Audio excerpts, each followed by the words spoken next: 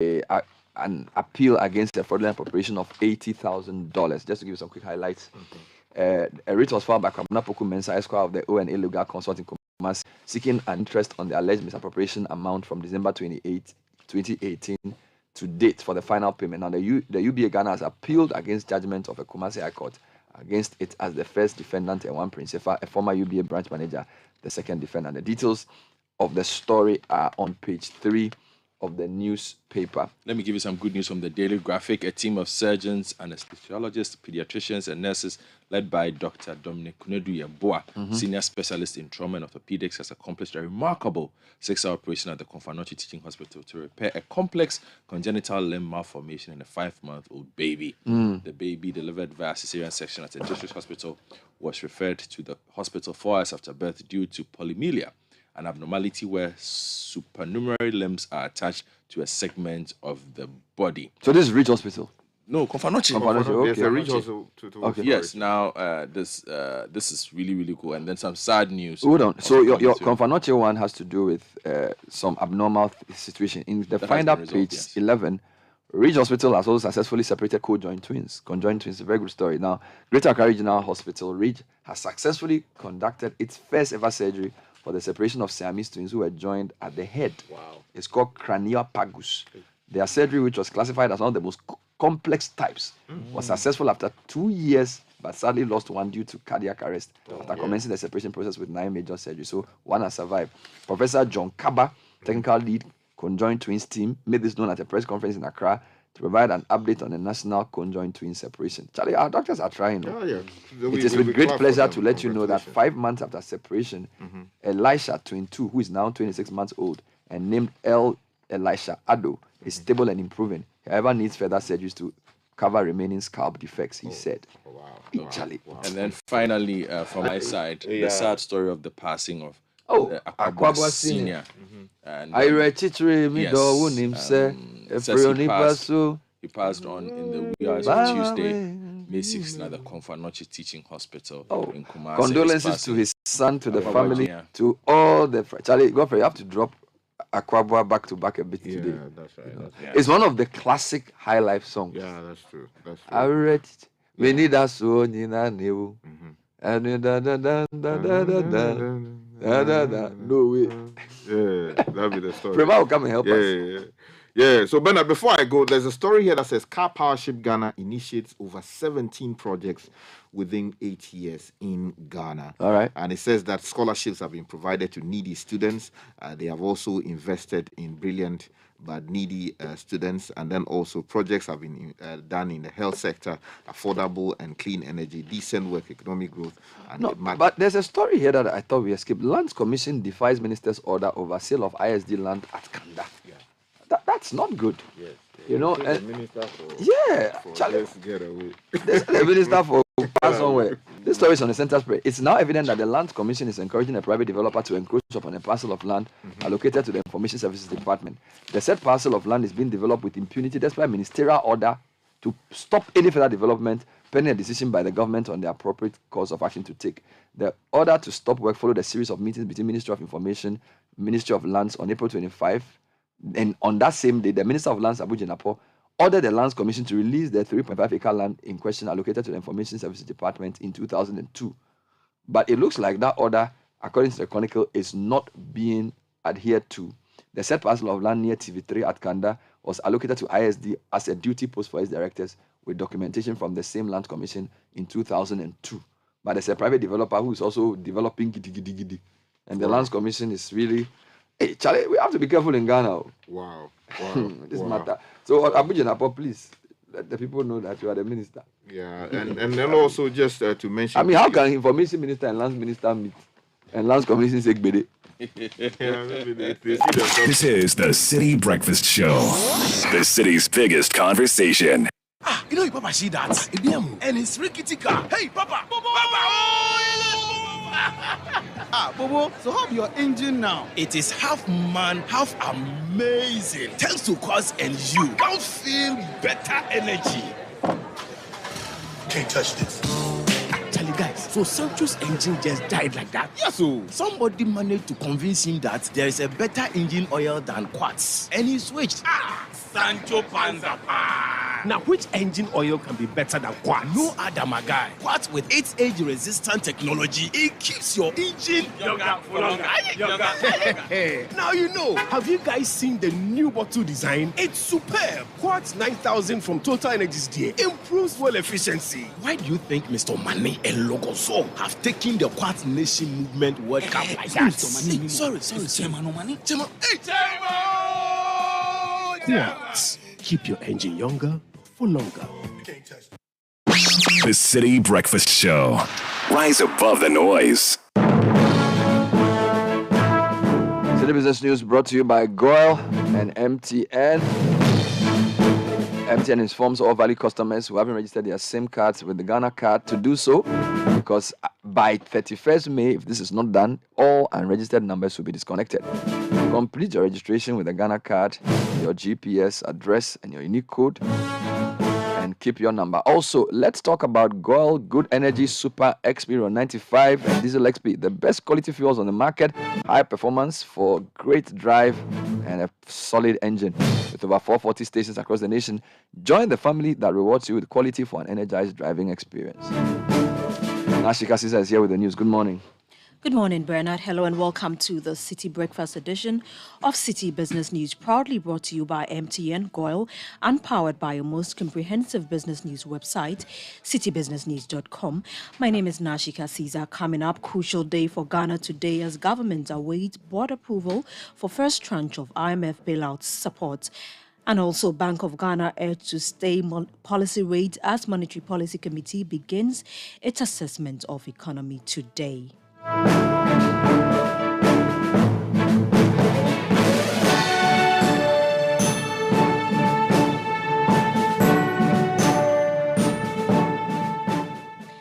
The details. Today, all eyes are at Washington, D.C. for the much-anticipated IMF board approval for Ghana as government readies for the first tranche of the $600 million to kickstart a $3 billion bailout package. This week, the government said the country will get board approval on Wednesday, May 17, for initial disbursement following financial assurances from external creditors. But since the announcement, there have been mixed reactions among financial observers. Here is a Citi Business Desk report on that big one on the expected IMF board approval by close of day.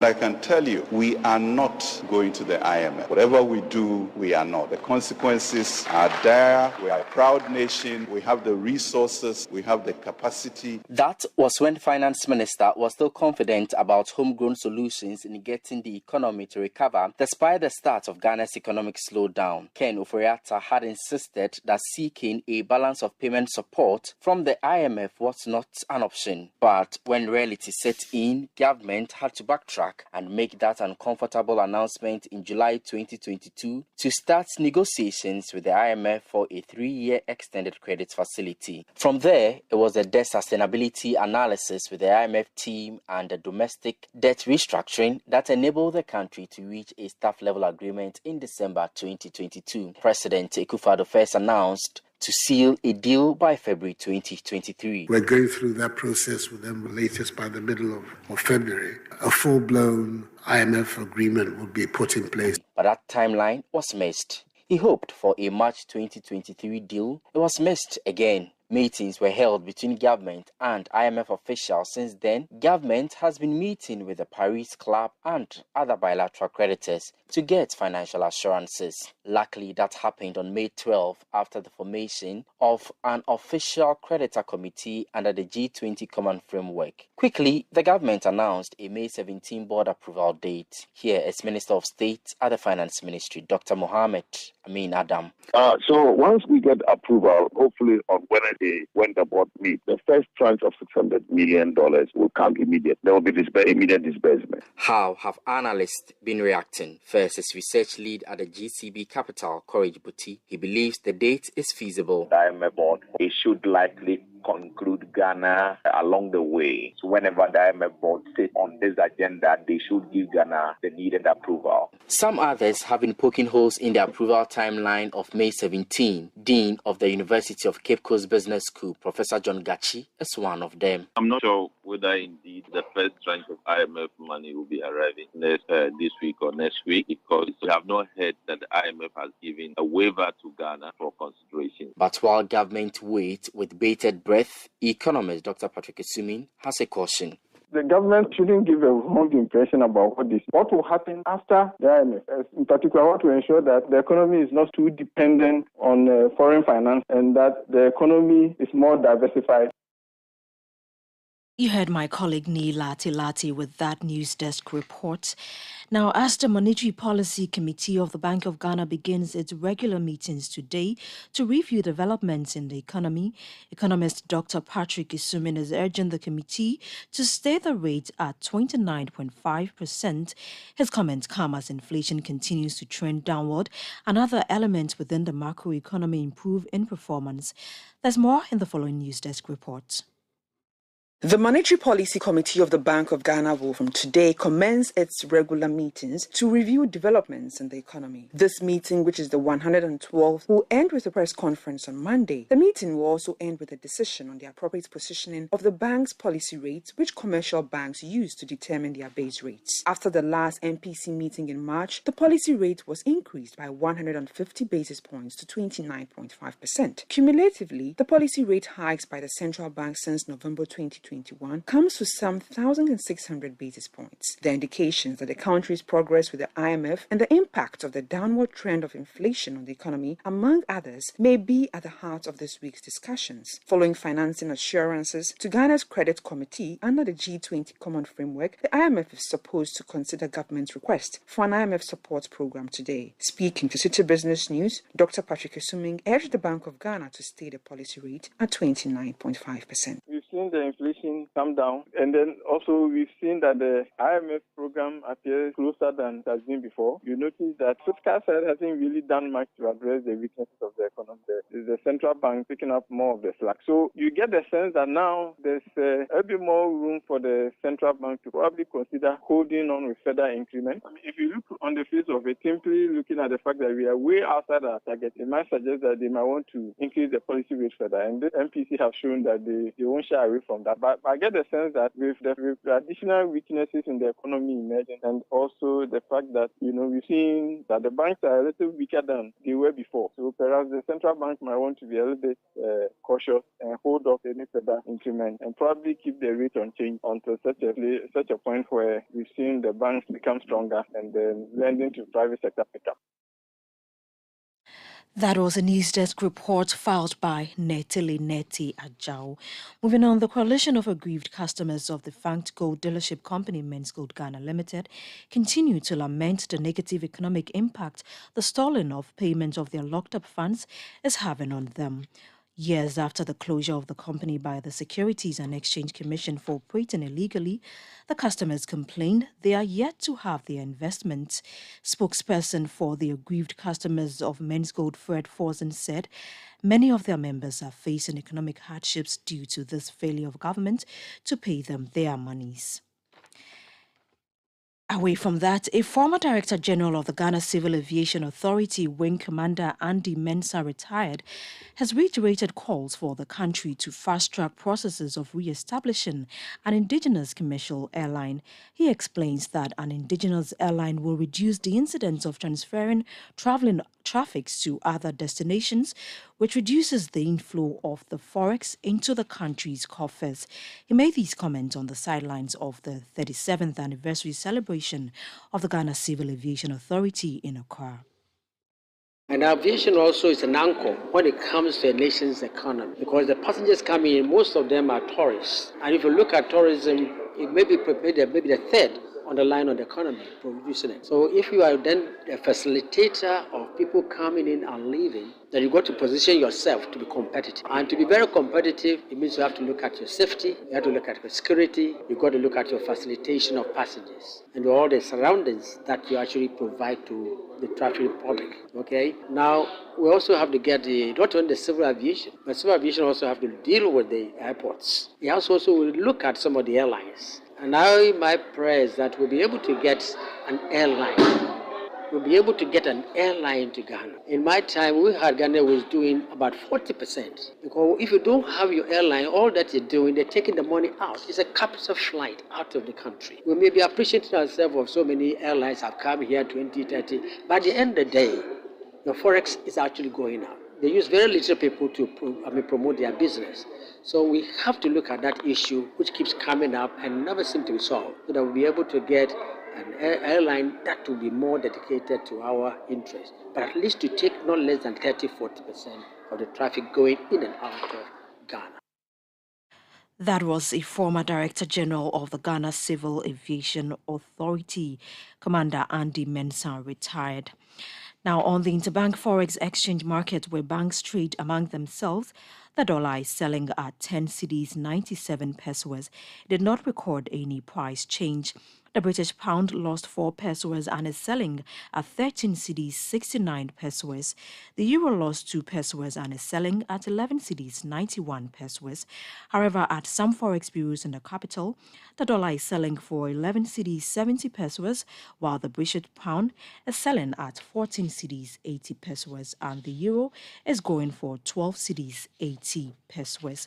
Let's now join Gillian Hammer of Databank for part 3 of the topic, how to survive a bear market. Today, we will continue with the last point on how you can better respond to a bear market. If you'll remember, a bear market is an extended period where the performance of the stock market is negative. Tip number 1 was to keep focused on the long term. Number 2 was to maintain a diversified portfolio of investments. Number 3 was to stay calm. And tip number 4 was to consider getting professional advice. The last point is to revisit your risk tolerance. Why is this necessary? If the prospect of a bear market is keeping you up at night, consider that you might need to adjust your risk tolerance. If you work with a licensed advisor, you should do this annually anyway. And if you're approaching a big goal where you will need to draw on your investments, for example, purchasing real estate, starting retirement, or even starting or expanding your business, then you might want to talk about rebalancing your portfolio to avoid a major loss at the wrong time. You do not have to fear a bear market if you are an informed investor. So the key to investing wisely is to stay informed. That was Gillian Hammer of Databank, and that does it for the breakfast edition of the Citi Business News, proudly brought to you by MTN, Goyle, and powered by your most comprehensive business news website, citybusinessnews.com. My name is Nashika Caesar. Have a good business day. If home is where the heart is, then let's go home, shall we? Let's go where the entertainment is, where the passion is, where the laughter is, and sometimes even the tears too. Let's go where we feel safe enough to share our opinions. Influencer Mona Montrage, also known as Haja for Real, is currently facing charges in the United States in connection with an alleged fraud scheme. Who is this 30-year-old influencer? Haja for Real is not only known for her stylish appearances and lavish lifestyle, but also for her career as a musician.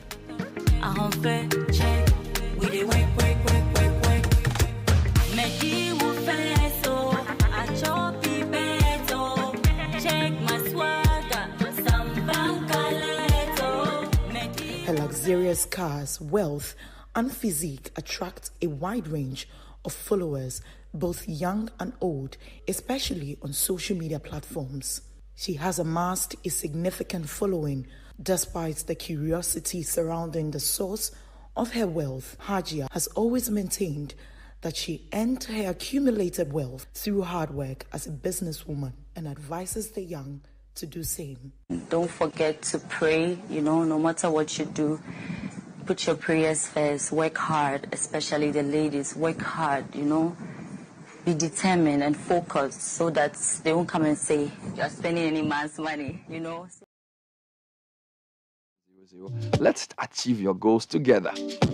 We're a safe haven for depositors who value security and competitive returns in a nice blend. Let's share hope, let's improve life.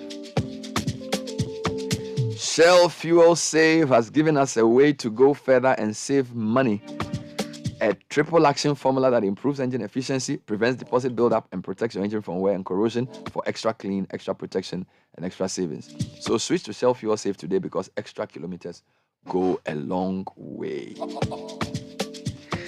All right, there's a big match tonight. Real Madrid is coming into Manchester City. It doesn't get bigger than this. You know, I didn't know I could be such a negative person until I started thinking about the match. Why? See, Real Madrid beat Liverpool last for the final, so I'm not supposed to support them. Yeah. But there's an against in my blood. Yeah. I don't want the things Man City have done to you are so a lot. I don't know how I could be so. Yeah, you've gotten 90 points multiple times and they've relegated you So to I second want them place. to suffer. Yeah.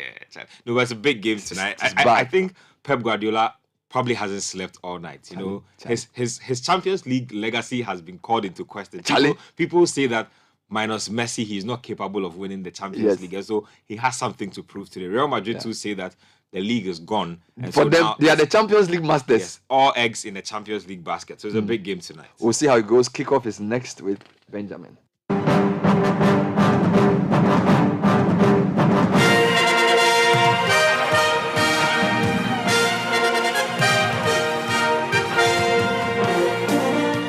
In the headlines, GFA President Keto Kreko optimistic about the possible impact of the newly launched Ghana Football School. Manchester City hosts Real Madrid in the second leg of the UEFA Champions League semi-final at the Etihad. And in the NBA, Nikola Jokic records triple-double as the Nuggets take the Lakers down in Game 1 of the Western Conference Final.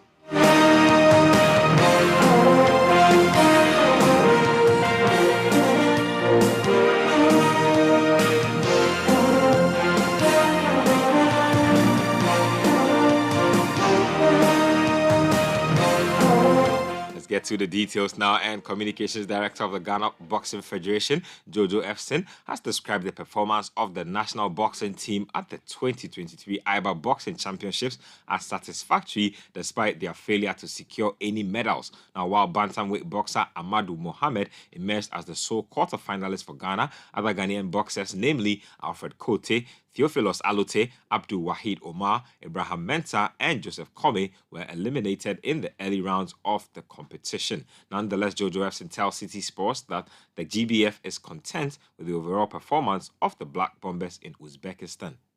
As far as we are concerned, from the Ghana National Boxing Team, the Black Bombers for that matter, it's a very successful or very satisfactory output for the team. Looking at our preparation and expectations for this competition for elite boxers the world over, all the highly ranked, amateur boxers and pro amateur boxers who are eligible to compete in that competition and Olympics competitions. So you look at it, we paraded 6 boxers, the first and the creme de la creme of the boxers that are available to us currently. As we presented, they were in the competition and then for 10 bouts. For the records, the last time we participated was 2009 and we couldn't even win any fight. At this time around, we won 4 fights and lost 6 of it. We had Jojo Efson there. He is Communications Director for the Ghana Boxing Federation. Let's get to some other news. And President of the African Paralympic Committee, Samson Dean, has declared that Ghana is fully prepared to host the inaugural Para-African Games from September 3 to 12 of this year. Now, the local organizing committee conducted a media tour of the Games facilities, which will also serve as a pathway for qualifying for the 2024 Paralympic Games. Now, interacting with the media, Samson Dean expressed confidence in the collaboration between the local organizing committee and the Ministry of Youth and Sports to ensure a successful hosting of the event. If we are to host the African Para Games tomorrow, I can tell you that we are ever ready. We've had the International Wheelchair Basketball Federation officials visit this facility, and they gave it 100% thumbs up that it is a ready-made facility. So we will want to urge you that try as much as you can from today, give us the needed support in terms of good PR. We are not going to organize the best of African Para Games. That one, I've been saying it to my African brothers. But we will do what at the end of the day, the African people, the athletes will call it a success.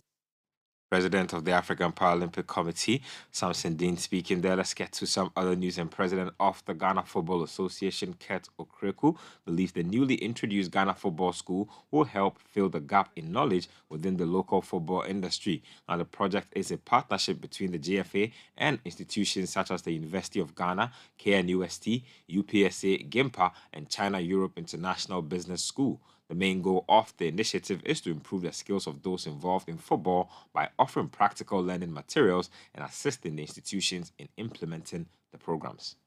I'm very, very excited because today marks the beginning of our dedicated ambition to help to close the knowledge gap in the football industry.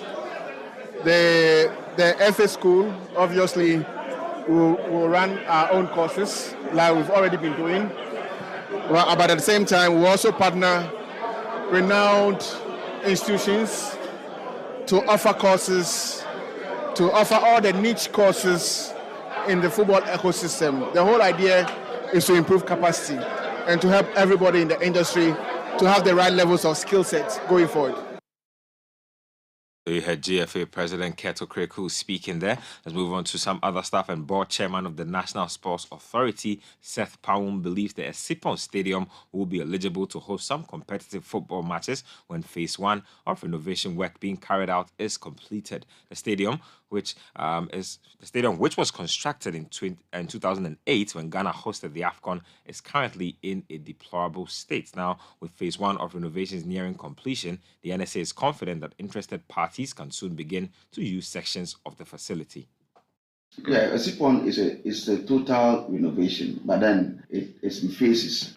You know, I think we are still in the phase 1 of it, which is not duly completed, but at a very advanced stage. You know, so when it's done, then we'll move on to the next phase. You know, of works that need to be cleared. You know, what we are considering is putting it into use, particularly where it meets maybe GFA basic requirements and can host second division matches and third division games. I think spectators should be allowed to put the field itself, the playing field into use. So you had Seth Pawum, who is board chairman for the National Sports Authority. Let's get to Europe now. The UEFA Champions League returns tonight. It's a big game.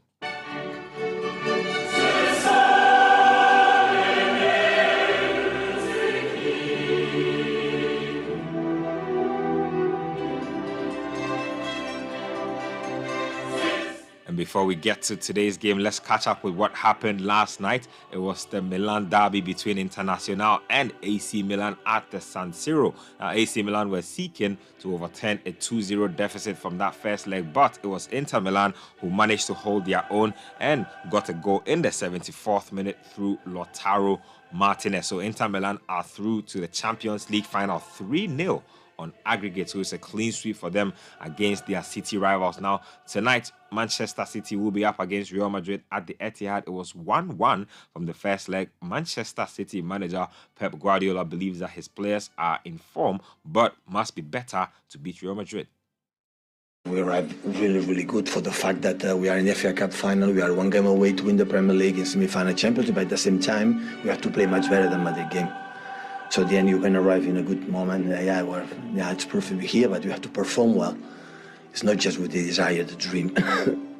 You know, it's just I tell him, so relax.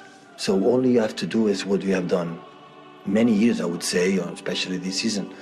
So this is what you have to do. So not just for the desire to reach the final we are going to do it. I had the feeling I had to do better than Bernabeu to reach the final. Manchester City manager Pep Guardiola speaking there. Let's get to the camp of Real Madrid. And Real Madrid manager is Carlo Ancelotti. He says his team is full of hope and motivated to qualify for another final. This is the 4th year I've spent at this club. I'll tell you now, I've enjoyed every minute. I continue to enjoy it every day.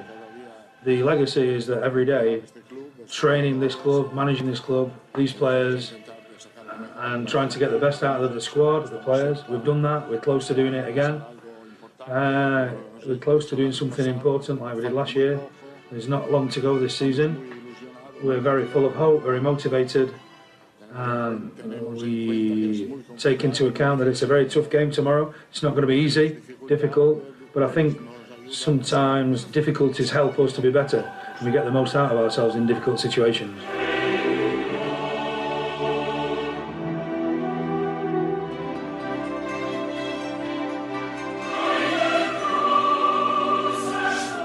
So you heard Real Madrid manager Carlo Ancelotti speaking there. We are set up for a cracker tonight in the Champions League semi-final second leg at the Etihad. Let's do some basketball now and let's get to the San Antonio Spurs. They will have the first overall pick in the 2023 NBA draft following the lottery, which was conducted last night. Now the Spurs were tied with the Houston Rockets for the second worst record in the league, just behind the Detroit Pistons. Now they are expected to select Victor Wembanyama, who has been touted as the best prospect since LeBron James of Metropolitans 92 in France. So Wembanyama hopefully will be drafted by the San Antonio Spurs. Let's get to some NBA playoffs action to finish, because the Denver Nuggets, they defended home court by beating the Lakers 132-126 to take game one of the Western Conference Final. It was Nikola Jokic shining in that game, 34 points, 21 rebounds, and 14 assists to lead the Nuggets to a victory. Now, all 5 starters of the Nuggets scored in double figures in the game. So that's how it played out in game one of the Western Conference Final. That's all for this morning's edition of Kickoff. My name is Benjamin Nketia. There's more sport at citysportsonline.com.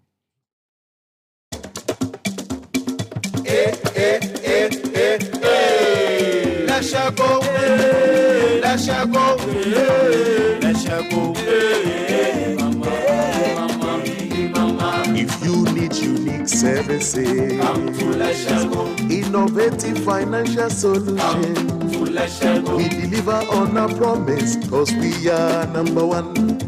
Let's go, we improve your life.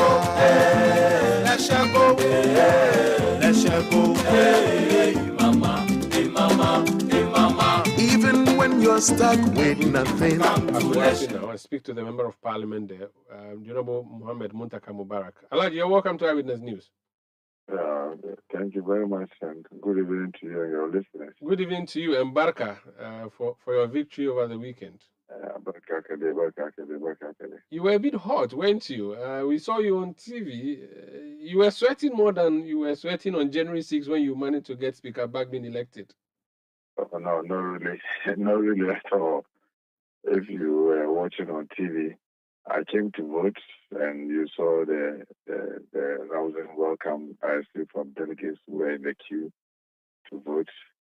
Then after voting, I went around to just shake hands with the delegates. Then left back home and only got back when it was over and the results was declared. So I was actually not on the ground.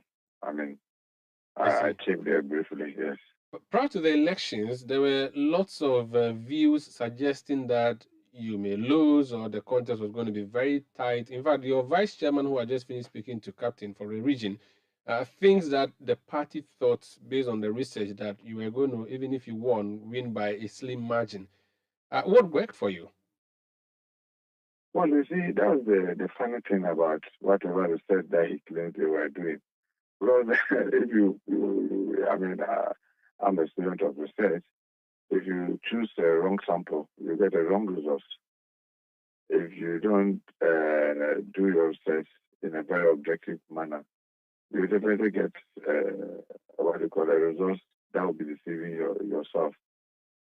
I understand that. You see, the funny thing that people forget is that, yes, it's true, the longer you stay as a member of parliament, then voter fatigue begins to set in. And then as you get older, then there's this gap between you and the younger generation. Today, you have delegates who, frankly speaking, when I became a member of parliament, they were just 2 years, 1 year, some 3 years, some maximum 5 years. And they constitute close to 30 to 40% of the delegate list. And look, they don't know where the constituency came from. They just woke up He's now going to madrasa or makaranta or the Arabic school. And now the Arabic school is no longer wooden. The one that we attend is no longer wooden. It's block. There are enough furniture. He sits. It rains. He steps out of his house. He's not stepping into a mat. I mean, there are street lights almost all over. There's water. They don't go fetching water, carrying buckets around to look for water like we did. I mean, so a lot of the things the person doesn't really know. So there was this battle and struggle with the older generation. Try to explain to them that you have no idea where we are coming from. And you see, there was this deceit that was like, they meet you in Marusanda, then they say that, oh, Marusanda, you've been following Muntaka all these years. What have you Marusanda, what have you benefited from Muntaka as an individual? And you see, sometimes it's so funny when they say that, and they say, look at the cars that he's driving, look at the home, look at the house that he has. And sometimes for lack of adequate knowledge, more so that you just fall. It's true. The guy has just been thinking about himself. He's not thinking about us. And then you become, they sway you away. So you see, I waited. They kept saying all these things. And unfortunately, they had all manner of support from several levels of the party, people deceiving them and telling them all manner of lies. So they kept going on and kept going on. Look, Masanda, I was there throughout the, PDC, CDR, NDC1, PNDC, NDC1, NDC2. That's Rawlings era, 19 solid years. When I started meeting the delegates, fortunately, there are these elderly ones who have been cadres and what have you. Then I'll tell them, I want anybody to challenge me by showing me that Rawlings' 19 years that Rawlings did, the 19 years that Rawlings was president, in this constituency that we have, as well as if you show me one person, Rawlings has given a motorbike. Just one, not two. 19 solid years. Nobody in my constituency, as well as had ever received even a motorbike from Chairman Rawlings. But what is it that in my community, the Zongo, that especially as one thing, we so love Rawlings, and we are so proud of him that made us to the NDC. Just about two things that he did for us. One, by introducing education into our educational Islamic system. We have our madrasas. We were not going to school because we didn't want to go and be Christianized. And then Rawlings introduced what we call Islamic Education Unit. And God, through Rawlings and the Islamic Education Unit, many, I may not be surprised, you may even be a product of that. I may not know that if you are typically from the deep Zongo, you may be a product of that. And the Zongo people are forever grateful because that one intervention, just by just changing the law and making and introducing the educational system with our Arabic schools in tandem, it made a lot of change in our community. Secondly, Rawlings stood firm and thought that there must be equity and gave us 2 holidays, the Eid al-Fitr and Eid al-Adha. For these 2 reasons, we were following Rawlings not because we had ever received motorbike or vehicle or you've come to share money house by house. So I started explaining to the people, nobody goes into a political party thinking that he's sitting in the house because it's simple NDC, somebody will be taking care of him. I decided to take that upon myself as a member of parliament. And the if you come to my constituency, in the spirit of just these 18 years that I've been MP, I have sent 129 people to help. This is 40. A blessed birthday to you, Chairman Ephraim Kwabena Uku.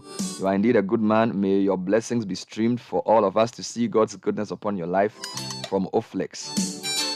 Happy birthday to my mother, Mrs. Juliana Benning, and Minua Mami Brago Akotobuafo. Wishing you both a blessed day filled with love, peace, and joy. Today is Godfrey's wife's birthday, and he's hiding that it's Charlie Godfrey, what was that? So happy birthday to you, Mami Brago, and to Juliana Benning. Happy birthday to my good friend, Mac Diamond. Kojo. Emeko. Nyameko. The matter is clear. Yeah. Big man, big lawyer. Yeah. Oh my God. No. Mac Diamond. Yeah, that be my host. Yeah. Yeah, I was producing the question of law. I tell you. On Saturday. Yeah. With your Oppo. Charlie and David, what's the name? Annan and his name. There were 3 lawyers. In fact, there were lawyer Annan. Then you lawyer have Oppo. And then there was lawyer Ahmed. Ahmed, yes. Then there was also at some point lawyer Oye. Yeah, Oye Lita. Yeah. And then sometimes you hear the Attorney General now. Charles Asiedu used to come. Yeah, that's there were quite a number of lawyers.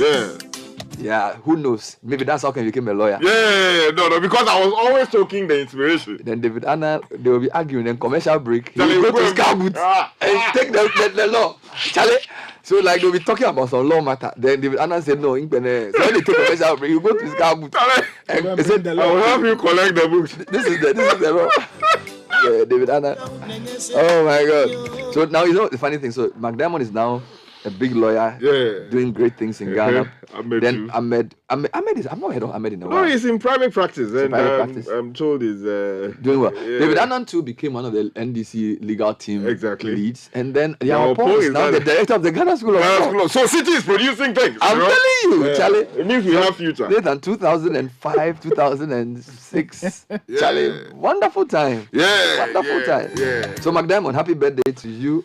Yeah, there's also Charles Bentum. Yeah. Charles Bentum too was there. There were a lot of them actually. And you know, listening to these lawyers on air as a young journalist, you learn. Yeah, a lot. You learn. Because at that time the main program was Newsfile. But a question of law gave a different angle. Yeah. So he says there are some things that are a question of something, but this is a question of law. A question of law. So they were taking the current issues from a legal perspective. Exactly. And there were days they'll bring the Attorney General. I think they even called Ayuko or something. So there were days that they will bring like some of the, I remember they brought Rebecca Citi, who is the Lands Commission. And I'm sure that, what's the name? The one with Charles Bentum is now a judge. You see?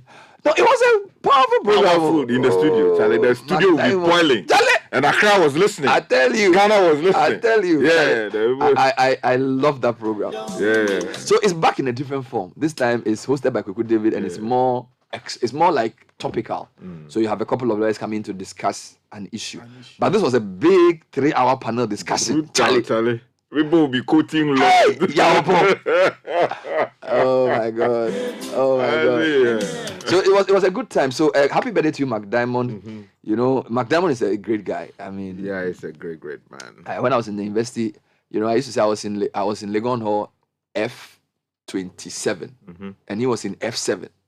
Yeah, so he was teaching me the ways around, how to manage Galamsey, MCing versus things, gospel, all those things. Because he's an anointed man. Charlie, so please, if you just call Diamond and give him fans. Yeah, he's a big man. No, he'll be main man for this. Call him and give him fans. Yeah. Kojo Emeko, Nyameko.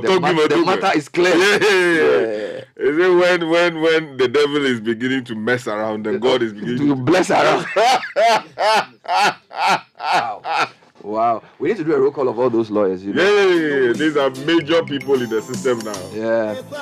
And just for emphasis today, the director of the Ghana Law School, Yao Pong, is on the front page of the Daily Graphic. Oh, really? Talking about the need for magistrates to be allowed to give. Charlie, Yao Pong wrote some book. Charlie, on land law. The book is like the Bible. On land law, yeah. Charlie, that's how you write such a book. Charlie, you're a big book. Charlie. Yeah, no, Yao Pong is a big man. Yeah, it's a huge authority on land law. Yeah. In Ghana and landed property and all of that. It's amazing you used to produce. It's funny. You used to produce a law program. Yeah. You are now a lawyer, and now you are on air. Somebody's producing you. Yeah, that's life is very interesting. Though. Yeah, we all. I used to produce Diamond too. Yeah. Run around the paper, call the phone. Charlie, it's not easy. Producing Paul Adomatri. Charlie, production is good though. You see, because the funny thing about production, I used to tell you this. A lot of people think that we, the hosts, know politicians. Yeah. The producer has a closer relationship with the subject being interviewed than the host. We had a producer called Ohiming. Yeah, Emmanuel Ohiming. Charlie, the guy will pick up a phone. So maybe you are doing a show. It's like this topic. You need to call this guy. Yeah. When you call the guy, you are so formal. Yeah, that's it. What the guy say, Honorable, how are you? You know, there are some things going on. We feel like if you can come on and just clarify. I said, okay, hold on. Charlie, the skill he will use to convince the guy to come on air at short notice. The personal touch. You know, it's something that we don't talk about. Yeah. So listeners don't know what it takes for us to, like we are talking and a minister gets on the show and these days they listen and they call in sometimes themselves. But in those days, you are a small station, people don't know you. Charlie, producer will call. And when you are saying something wrong, they'll call the producer because the producer's number is the one they have. You know, so Charlie, Sky, you're a big man. You produce big people. Yeah, God has been good. And now Fred Javano is producing. You'll be a big man. Yeah. So the younger ones, please, just take it easy. A producer. Yeah, producer. What? Wonderful. Yeah. Wonderful. There's something I want to talk about. Before I do that, let's read a few more birthdays. Okay. 17th May, Nathan, a couple more birthdays. Okay. All right, this one says, I want to wish my super wife, Patience Nyadro Anku, at the Ghana Airport Company, a happy birthday. I wish her good health and long life. That's from Yenam Ayape and myself, engineer Ruben Kwesi Anku. And he says, I love you just the way you are, my shadow. He says, this one says, happy birthday to my brother, Louis, near J. Ajiti. Enjoy today and live long in grace. That's coming from Captain Opoku of the Ghana Armed Forces. And happy birthday to Jennifer of Graceland Bible Church in Dansoman. That's the message is coming from Mrs. Mag Mauli. Okay, let me take you through this one coming in from my own family. So it's going out to one of my relations. The name is Petrova Dedi Teteko. She's 16 years today, and happy glorious birthday to you. May the good Lord continue to grant you good health, knowledge, understanding, and wisdom. The Holy Spirit will continue to guide and protect you always. It's coming in from your mother, Tilova Etonam, your sister, MFA, So the mother your is father. Tilova and the daughter is Petrova. Yeah, and your father, Dr. Carlos Teteko. Our prayers are with you always. As coming in in from myself. Teteko? Yeah. As in temptation. Yeah, exactly. And then also, let me do this one. You say wait. So the name is Teteko. Yeah, Teteko. Temptation. Yeah, fear Teteko. And let me do this one for a sweet, another sweet member of the family, Nuna Corinne Agbota. Nuna Corinne Agbota. This is the first daughter from Kolola. Yeah, correct. And Dogbera. Yeah, Dogbera is a member of the family. But you know, you people, you have some wild names. Yeah, Kolola. Dogbera, pray. Today is my 40. It's coming in from Nuna, what do you call it? Maloe, and everybody. Maloe, Daddy Plola, everybody. Neta, you hear Plola.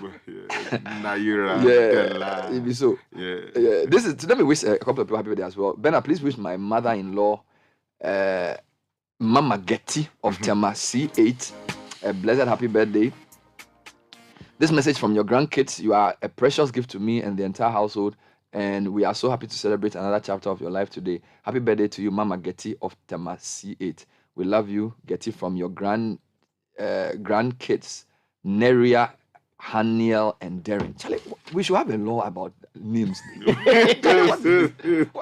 Neria? Haniel, Darren. They will give you some nice explanation. The meaning is you never know. Charlie, somewhere why? Neria. So this message is to Mama Getty of Temasi. Happy birthday. And then today is the birthday of my senior in school. Charlie, Sky, one minute per second. Charlie, the guy used to pray when they walk, he float. Yeah, it means the anointing catch up. He was the prayer secretary of the SU. Thank you. They call him Opuni. Opunai. Opunai. Wait, the Kabe. Charlie, we in shorts, you know. In the Kabo, yeah. We skinny. So the belt, you know, he tight around his waist twice. Thank you. Hey, the Kabe too. Yeah, they call him Eugene Opunini. Yeah, we in the fast. Yeah, in the fast. No, they call it climbing. We are climbing. No, the anointing catch up, man. You know what makes one poor self? You see, you know, we are saying, brother in the corner over there. Have you had your quiet time?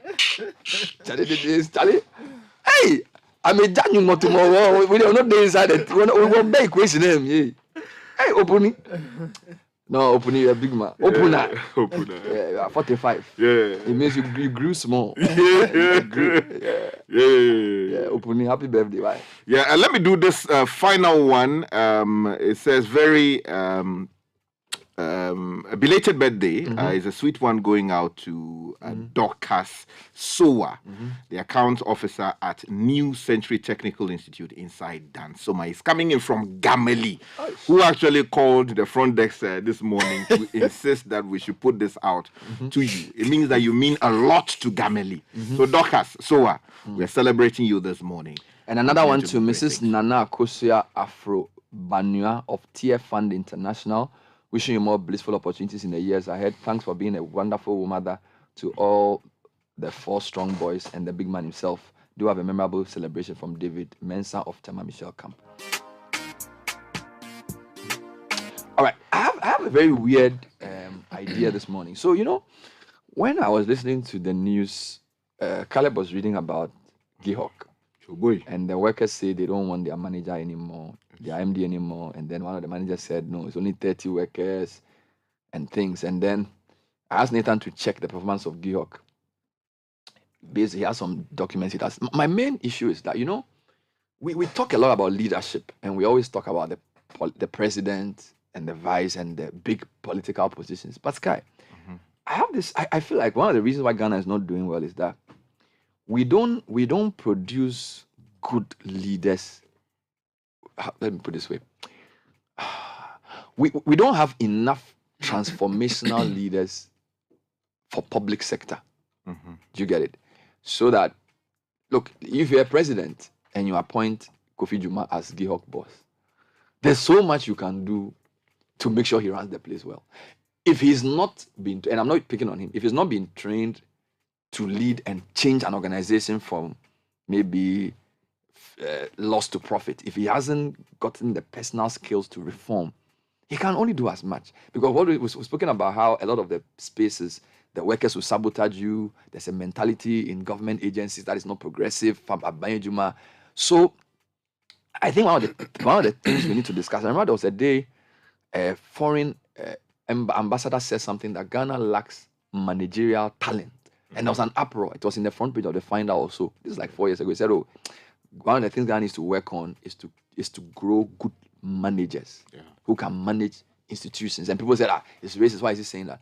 But Sky, if I pressed you to name a transformational leader who had come to a state agency, whether it's Ghana Cylinder or Gihok or Cocoa Board, right? And has transformed the place. How many can you mention? Well, the ones readily available would be the former Vice Chancellor of the UPSA, Professor Joshua Alabi, now the leader, or yes, his group has actually been disbanded by the former president, the campaign team head of former President John Dramani Mahama, for what he did at UPSA. And then also Professor Joshua Alabi, Professor Stephen Adai. Stephen Adai. Who transformed GIMPA from its pale shadows into a performing institution until recently. That it would seem that that institution is now on a nosedive. Things are going south. I visited a campus recently. No, let's take it one by one. So you are saying that if I pushed you to name a transformational leader that has changed a state institution from a bad position to a good position, you can name two, at least two of them. Nathan, can you name any? That's quite tough. Can you name transformational leader in the public sector who has come, and when the person left, you realize that no, the guy he's changed the place. Okay, can you name two? I will mention. I don't know what Intercity STC looks like, but there was a spell when they got a lot of great reviews. Yeah. And at that time, I think it was Nana Kumia who was in charge. Yeah, I'm not talking about somebody who's doing well. Though. You mean like complete transformation? Okay, I mean, if the guy that's came, the case, he saw, he reformed, he transformed. If that is the case, then I'll go with Skies, because you see those two, because of the prominence they gained in the public space. You can see that those transformations are so tangible. But even without like prominence, if you go to the institution, you can tell yes, that. I mean, at least you knew the institution before they went. Yes, I taught at UPSC for two academic years. If anybody told me, and a lot of people, some of the older colleagues said, "Look, Nathan, if you were here 20 years ago, brother, you wouldn't recognize this place." UPSC was they say it was IPS. It was like this landmark for those who lived in the area. No, let's say it in city English. The place was baller. It was the place be Charlie. There was the 1 2x4 story building with some dirty things, and then there were only some apata that they were learning under. Now when you go there, it's so transformed. They have a hall everybody uses for one event or the other. And you can trace it to one man. You can point. So you guys are saying that for transformational public sector leadership, we can only point to 2. Oh, I won't say you asked. No, listeners, help me. I want a transformational, because I'm talking about, you see, I always say this: a country is not transformed by having just one man do a lot of big things. It's also having a lot of good people doing good things in different spaces. And if you look at the number of state agencies, so if, for example, all SOEs were being run a certain way, there's no way the country will go down. Because when you take the state ownership report, a lot of our financial problems are sourced from there. Whether it's Cocoa Board or Gihawk or DV, I don't know what names, all these companies, that state agencies that are not doing well. Okay. So how come we are struggling beyond a day? And these guys are both historical figures in the sense that they are not longer running what they are running. A day is running in school. Yes, he's running, which is another interesting story, because now he's gone to set up a secondary school, which is now one of the best. Christian High, right? You get me? So maybe we should, and I'm not trying to diss leaders, but Godfrey, I was asking these 2 guys before you came in. Can you give me 2 transformational public sector leaders? We are talking about Gihawk and their problems, right? And a lot of the state agencies are not doing well. Can you give me 2? And this is world-class transformational leader, not Ghana rebranding. You know, some people go and do rebranding, and then they can't write newspaper stories that they've transformed a place when they haven't done anything. That's what we are talking about. We are talking about a place that we knew was run down. It's like I want which place in Ghana today is not doing well that we all know. I think PWD. Okay, so you take somebody to PWD. Papa Odovlo. and then you put the person at PWD, and in 3 years, PWD is like some world-class institution. You know, I mean, I knew Gimpa because I went to school at Legon. Gimpa, we used to call it Green Hill. Green Hill College. We just used to go and play there. There was nothing going on there. UPSC there, because I'm a Medina boy, I know it was baller. There was a school there called Calvary, and I was in Presec, so you can walk to UPSC and go and buy rice and eat when you break bounce. If you want to break bounce through the through that corridor, you use the UPSC side. The school there was nothing going on there. Far as early as the Mobile struggle, when there was a pre-Mobile struggle where Rollins had some running battles with students. UPSC was seen like an extension of Legon, maybe some dormitory of Legon. There was nothing going on there. So if you say you're going to IPS, it's like we don't even understand business. So it wasn't such a big thing. All right. I was at UPSC for the incoming Chief Justice lecture. Okay, so when her lordship, is it her ladyship or her lordship? Her ladyship get to talk on who gave the talk. Charlie. So I went there to MC the program, and then when I finished, I met Professor Akola, and we were standing in the middle of the school. Charlie. And you know, we just look around. Everything was white and blue. So like all the buildings were white with blue windows. Transformation. I couldn't see rubbish on the floor. There were trees. Transformation. And Akola said, Charlie, Aloski, look the place. And it's got this place, where we were standing, that was where the original dormitory, this baller place. It was like a thoroughfare for those leaving Medina to the bush. You know. So how come we don't have? I'm trying to go through my list. Would you want of Ghanaian? Would you want to give an honorable? I'm saying public sector transformational leader. Yes. Whose work still speaks. For itself. Yes. He doesn't need PR, he doesn't need interview. You know, everybody knows that this guy, he did it. Yeah. Public sector transformational leader. Kwesi Ajimambuzia. Who that? DVLA. It's debatable. Okay, no worries. No, it's fine. It's fine. I'm just mentioning. I'm trying to, but because I think if you look at where DVLA used to be and the significant improvement. Okay, I'll let you defend yourself. So you are saying you name the people. No, because you are talking about institutional transformations. Usually after the person is left. That is when he hasn't left. Yes, so for me, the ultimate. But he doesn't talk a lot. What I'm trying to say is that you test a leader after the leader leaves. You get it. When the person leaves, you realize that the thing he did is strong. So when Adair left, Franklin Menu or Franklin something took over, and Gimpa was still strong. I mean, Gimpa has come down a bit. But with the DVLA, no, it's not a bit. I think there's something happening. Hold on. That's hold on for me, because I went there. You know, when I was you attended Gimpa. Yes, I mean, there was so much life. I mean, around 5. Yeah, but Adair left Gimpa over 10 years ago. Yeah. But what I'm trying to say is that if you look at Gimpa pre-Adair, and then Gimpa post-Adair, even though Gimpa is not what it used to be under Adair. Was there between 2000? What I'm saying is that there's no doubt that the model Gimpa runs was created by Stephen Adair. Yeah. So you can say that he transformed Gimpa to what it is. If what is happening there now is not at the level that he was there, we can add that to the discussion. Yeah. But it's quite clear that in the period that he was there, and the few years after he left, Gimpa really was not the same. Then allow me to mention Kwesi Ajimambuzia then, because we know what has happened at DVLA.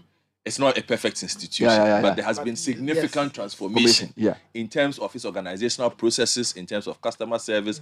You can see certain things. And it's not like DVLA has a lot of room to do a lot of things. It's a very specific organization. It has to do a very specific function. Yeah. All right. So I go with that one. I would mention the Ghana Publishing guy. Ghana Publishing.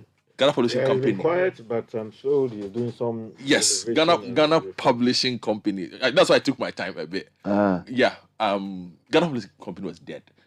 We can check from the state, the SOEs. Check for me how well Ghana Publishing Company did.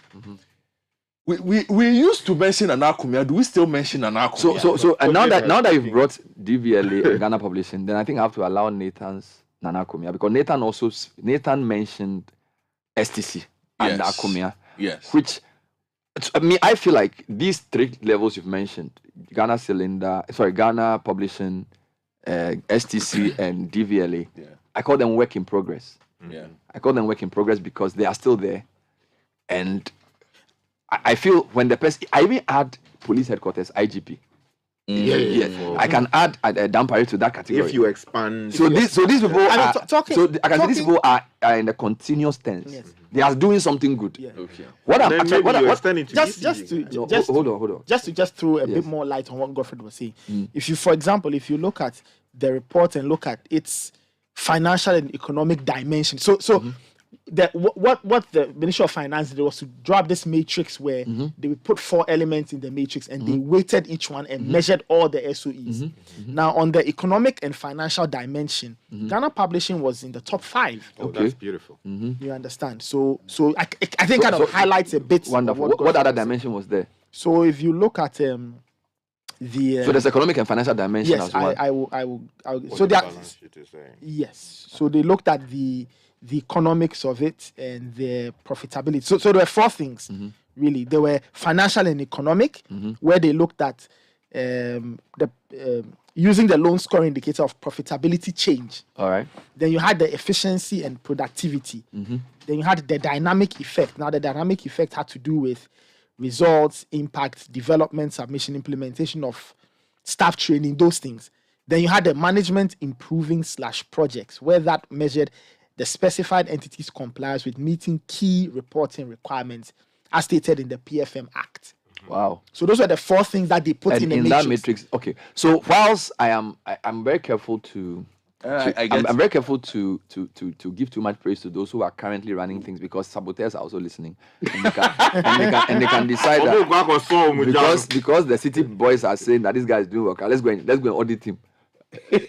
Charlie, and they can leave him from his own party and go and finish him. So I prefer those who have left. Yes, because then we can study it in its full length. They said it's when a snake dies that we see its full size. Then so I feel like yes. Then I'm going with just 2. Yes, the people you've mentioned are good, but let's spare them.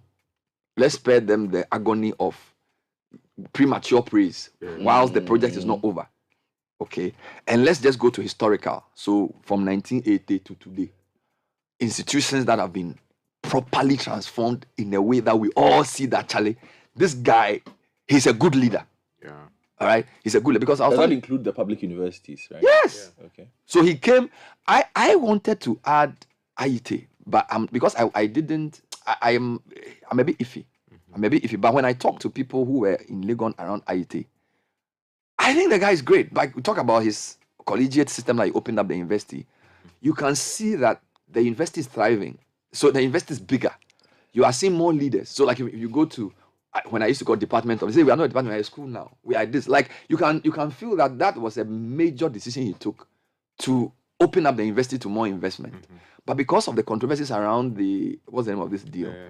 Africa Integrates. Yeah, so I feel like I don't want to, but I think a third could be. Yeah, but the truth is that all of these people we've mentioned have controversies. Have had controversies. No, I know. But I see, I'm saying that Legon was not a dead place where IT went.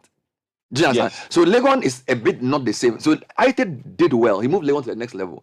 But it's not like what Adair met at Gimpa was a mess. There was like nothing. What Alabi inherited was non-existent. So this is like from free to P. Just from free to P. I think when I need to compare the two models because some people You mean the Gimpa model and because the yes, UPSA model? Because Sky's argument is that Gimpa is not what it is. Yeah. So is it that there was a flaw in Adair's model, or the system that was there, he couldn't choose his successor, and therefore there's a limit to what he can do?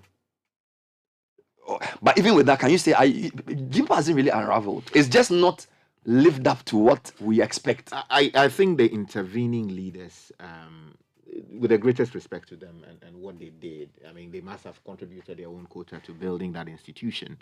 But it would seem that they did not catch it the way, Professor Ade did. And that's why when you see the institution today, when you go there today, it's almost like virtually like a shift in about, there's always a sexy private university that people want. It used to be Gimpa for many years. I think UPSA has stolen a lot of that. Like if you look at, if you want to do, like you're in Accra, you are busy, you want to do a business program. Yeah, and you can't do Legon because of the proximity to town. In the past, we're doing Gimpa. I think that thing is no longer there. I think it's shifted. Yeah. It's shifted. I don't know. Maybe I don't know. It's Bernard. Look, you should go there. You should drive there in the afternoon. So listeners are sending some honorable mentions. So Nana Damwa says he would put Kwesi Andam of KNUST. Yes, I've also had Kwesi. Okay, and then he also says he will add Kojo Bonsu at Goel. Which Kojo Bonsu? Your Kojo Bonsu. This is Kojo Bonsu. Yes. Hey, okay. But that was more at Goel. I don't know. You need to Nana, you need to elaborate what Goel, because I don't know what Goel used to be. And where he took it and where it is now. Yeah, and I don't know whether they changed it. But okay, we all know that there was a new face of Goel. Rebranding. Yes, but no, it wasn't just rebranding. You notice that the Goel stations were not doing well. So I'm not sure I can place my finger on what changed. Like now when you are going, they can give us like, more details. Like 20 years ago, when you are driving to buy fuel, Total and Shell were definitely sexier. on a different level than Goel. Goel was some way. But for some time now, Goel was rubbing shoulders. Like Goel looks It was our brother from the village. So I don't think it's fair to say it's just rebranding. But I don't know whether it was Kojo Bonsu alone. I don't know what it is. Have to know. Then the current CEO also deserves some credit. So that's why I see. That's what I'm saying. But let's narrow the thing down. Let's narrow the thing. Otherwise, people are calling their friends. That's my problem. You see? We can do two historical test cases, and determine. Yeah, but I think the Andam and the IIT need further discourse, because a lot of the tech people are telling me that, like Andam, he was so far ahead of his time, and they said he would sort of like he introduced some courses that they had to do even as non-science students. He had so much vision in terms of even the land and how to develop the school. Like there are a lot of people say Andam. So a lot of what is happening at tech today, they trace it to Andam. Right? I don't have that information. Maybe when the tech people can talk about it. IIT as well. I think it's a close third to those two guys, because Legon wasn't doing that badly. Legon was not a basket case. Legon has had strong leaders. Akil Akpasoya, Adai Mensah, Asensuachi. So Legon is not been on its knees. So you can say that there was an inflection point when he came, when he did the, the collegiate system, but it's not in the same category as somebody who goes to a bush like UPSA. And in 10 years' time, but I think the Lego one becomes a bit difficult to do in the sense that every vice chancellor focused on a certain facet. Mm-hmm. So, like, I find it interesting you mentioned as Nswachi because Lego was a bit of a dump at a certain point. Sure? Oh, yes. I mean, it's always been well maintained, but as Nswachi took particular interest in how the school looked. The problem as Nswachi though was the scandals. Yeah, there's that. So it's you know, I'm a Legon boy, so I don't want to. You know, Legon, when you don't want to enter the because space. You see, I'm emotionally attached to the university. So anything I say, both of us are emotionally attached to the university. Let's leave Legon out. We spent how many years did you spend there? I was born in Legon. Legon. I went to university primary school. I went to Presec Legon. Yes. I was in Legon. I was the hall secretary. I spent 7 years there. And I went. My whole life was in Legon. Okay, so you know, let's leave Legon out because of our emotional connection. Yeah, because we are too close to the situation. But so far, I still think I can't find anybody at least from 1995 to 2023. Public sector. Adair and Alabi are on a different level. Yeah. I think there's no doubt about it. We'll try and study their model when we come back. What can we learn from those two guys? What can we learn from those two models? And how can we apply that to places like Gihawk, Cocoa Board? Ghana Cylinder and we must not allow Gimpa to die. I know you want to deal with that issue, but let's do tech and social media trends. Brought to us by Vodafone. Exciting news is that Vodafone Cash now allows payment to all merchant numbers on other networks. Simply dial *110#, select option 1 to send money, option 2 to other networks, and follow the prompts to send money. Experience the ease of transacting on Vodafone Cash. Dial *110# at any time to send money to all merchants. Now, we're also sponsored by FBN Bank. In celebrating motherhood, we invite you, our female entrepreneurs and professionals, to sign up for the First Gem account designed for women aged 18 and above. Do you prefer a personal savings or current First Gem account? Or you look to open a First Gem entrepreneur account? Either way, we've got you covered. Call 059 6921 921 or visit any of our branches. Or go to fbnbankghana.com.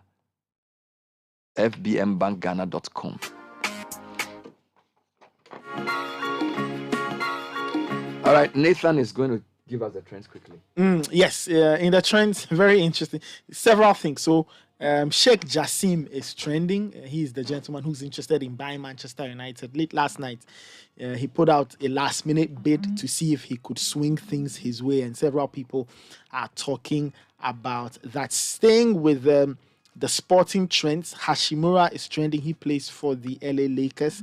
The LA Lakers and the Denver Nuggets are playing in the NBA Western Conference Final. The Lakers lost game 1, and so it's generating a lot of conversation.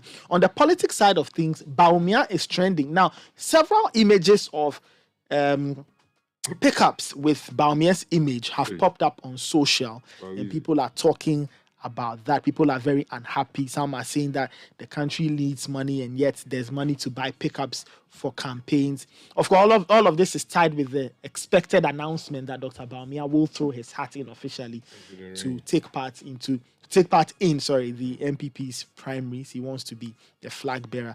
On the footballing side of things, Manchester City versus Real Madrid is trending. Guardiola is trending. On the culture side, British Museum is trending. Now, the Otumfuo and the Nana Santihine, Otumfuo Setutu II, is asking the British Museum to return gold to Ghana. So, stolen gold. Yes, stolen gold. So several handles on social are also talking about that. On the tech side of things, a former Apple engineer has been charged with stealing the company's self-driving car technology almost 5 years after he's fled to China. Now, prosecutors are accusing Weiba Wang of stealing thousands of files containing proprietary info while secretly working for an unnamed Chinese company. Will the Chinese allow him to be extradited? We'll see 6 counts of theft or attempted theft of trade secrets are in the indictment. Now, this is the 3rd time an ex-Apple employee has been accused of stealing autonomous tech secrets for China. The Justice Department alleges Mr. Wong stole documents containing the source code for the software and hardware behind the self-driving these are big, intellectual property issues, and they take it seriously in the developed world. It's just here that we don't take certain things seriously. So that was taking social media trends. One day, an old lady inherited a huge sum of money. Her family worried about how to break the good news to her. They feared that the sudden good news might give her a heart attack. And so they decided the family doctor who was experienced in delivering such news should be the one to tell her. And when he did, surprisingly, she just smiled. Relieved, he asked, "What are you going to do with all that money?" She replied, "I'm going to give you half." The doctor had a heart attack. People are often surprised when we put them first. At FBN Bank, that's what we do. We put you first. Open an account with us today and enjoy mobile banking, USSD banking, shop and pay with our prepaid Visa cards, MasterCard, and many other services designed with you in mind. FBN Bank, you first. Make I tell you, you go lose your Vodafone number permanently if you no go complete your SIM card re-registration. National Communications Authority, they disconnect all numbers where they no register by 31st May. This means say your own number go make yawa. If you won't re-register your Vodafone SIM card, make you just dial *404#. Then follow the prompt, make you complete the phase 1 of the process. Again, you go fit go any Vodafone retail center or any agent, then complete the re-registration process. Can I say you go plus your Ghana card and your GPS code? No be so stress. Make you re-register now for free 4 GB data plus 100 minutes talk time. In case you didn't hear more info, send SMS to 655 on Vodafone. Vodafone, further together. Join the conversation on the Citi Breakfast Show on Facebook at facebook.com/Citi97.3, Twitter at twitter.com/Citi973, and Instagram at instagram.com/Citi973 with the hashtag CitiCBS.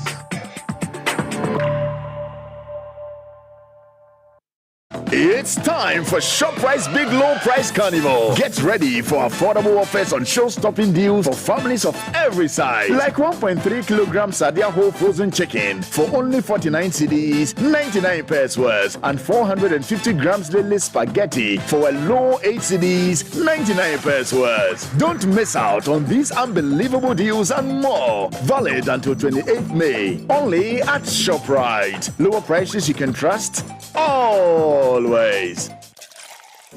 Kickstart your day the safe and right way with a freshly brewed cup of piping hot coffee from Shell Bakery or Vida E-Cafe.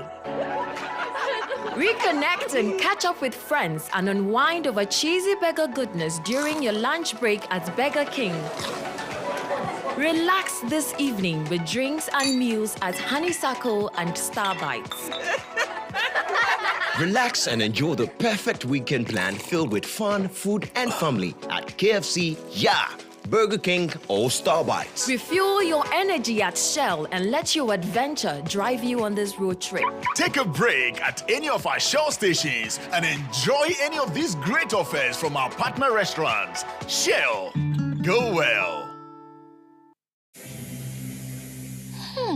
Someone smells great here. And fresh, my love.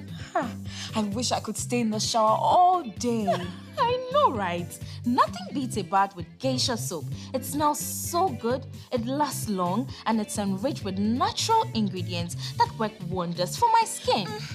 And it now comes with a fresh new look, giving us even more reasons to love our geisha bar. New and improved geisha soap. Great new look, better fragrance, same natural ingredients, still all last time. This advert is FDA approved. Be strong and last long. Like geisha. My name is Seth Mark Ando, a certified registered anesthetist. We've known Old Mutual for 5 years now. And for us, Old Mutual is more than an insurer. Old Mutual is a family. Since we began having a relationship with Old Mutual, in fact, we've enjoyed a lot because of their tailor-made products that they give the association. Now, our retirees are excited. Our prospective retirees are also happy going on pension. And those of us who will be going on pension later on in life, we also believe we have a future, all because of Old Mutual. Old Mutual is 10 years, and on behalf of my president and the entire membership of GACRA, we say congratulations to Old Mutual. Old Mutual, celebrating 10 years of greatness. Call us now on 050-157-9204. Join the conversation on the Citi Breakfast Show on Facebook at facebook.com/Citi97.3, Twitter at twitter.com/Citi973, and Instagram at instagram.com/Citi973 with the hashtag CitiCBS.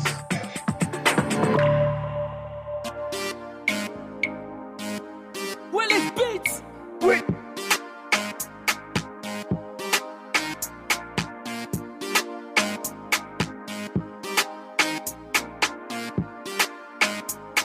All right, welcome back. So, before we get into the discussion again, BluePay allows you to receive cash instantly from your customers. You only dial their phone number and amount they owe. They'll receive the BluePay prompt on their phone to enter their PIN, and you get your money. Or customers can slot their bank card into BluePay's POS, enter the PIN, you get your money. Now, this is without e-levy charges. Call or WhatsApp 054 72 20 200. That's 054 722 0200. Or go to bluepay.com.gh to register and get BluePay for your business today. BluePay never misses sale. Republic Bank has the fantastic 4 credit cards to help you make all your payments. Enjoy great discounts from our partner merchants, cashback rewards, global concierge services, and access to over 1 million ATMs worldwide, while you stand a chance of winning a 2-day staycation at Aqua Safari and other amazing prizes in the Tap for Easter and Beyond credit card promo. Just tap to pay, live the soft life, we've got you. Republic Bank, we're the one for you. Shell Helix is specially designed to bring the best out of your engine, protecting it from wear and tear, while providing the power and performance needed to give you the best ride every time. So whether you're cruising on the open road or battling with busy traffic, Shell Helix will keep your engine running smoothly. Choose Shell Helix. Lubricants Munkoswahine. Visit your local Shell station today and experience the difference for yourself. And Nathan has a couple more. Yeah, if you're a successful executive and you want to challenge yourself to do more, the Noble International Business School is saying, come and sign up and do their doctorate program in business admin and leadership. It will turn you into a practitioner scholar who merges theory and practice for evidence-based decision-making and leadership. Enroll now. Call Isaac on 0266 822 310 or visit nips.edu.gh. Now, in life, you always insist on the best, and when you find it, stick to it. Bell Pack Pepper Tissue is one of the best things in life. Bell Pack has tea rolls that are soft but not weak, strong but not hard. They are just perfect. Now, if you want to be a distributor of Bell Pack Tissue, call 0551 144 400. Bell Pack Tissue is another quality product from Bell Aqua. Now, can you really call it savings or investment if all you keep doing is paying charges on the account? At Bayport, we believe an investment account should make you more money. That is why our fixed deposit has been the preferred choice for most Ghanaians over the last 20 years. Call them now on 0302 745 454. Bayport, your future now. Let me just take you quickly to the GIHOC situation to give you the context for today's discussion. GIHOC staff are not happy. GIHOC sales manager says they don't have a point.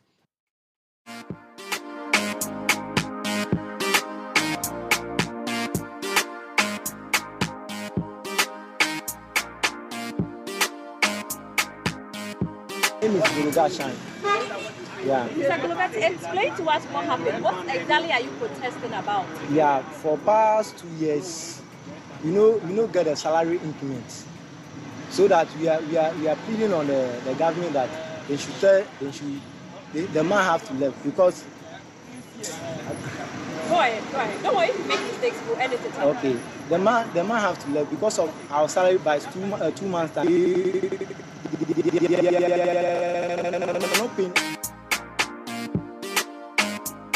We have 565 workers here, and if 30 of them are, as you rightly said, they are doing protests against the managing director, I don't know why they are doing that, and I don't know what they meant by mismanagement. For the salaries, it's not 3 months. We are yet to pay last month's salary, and with this week we'll be paying them, and then this month's salary will come out of them.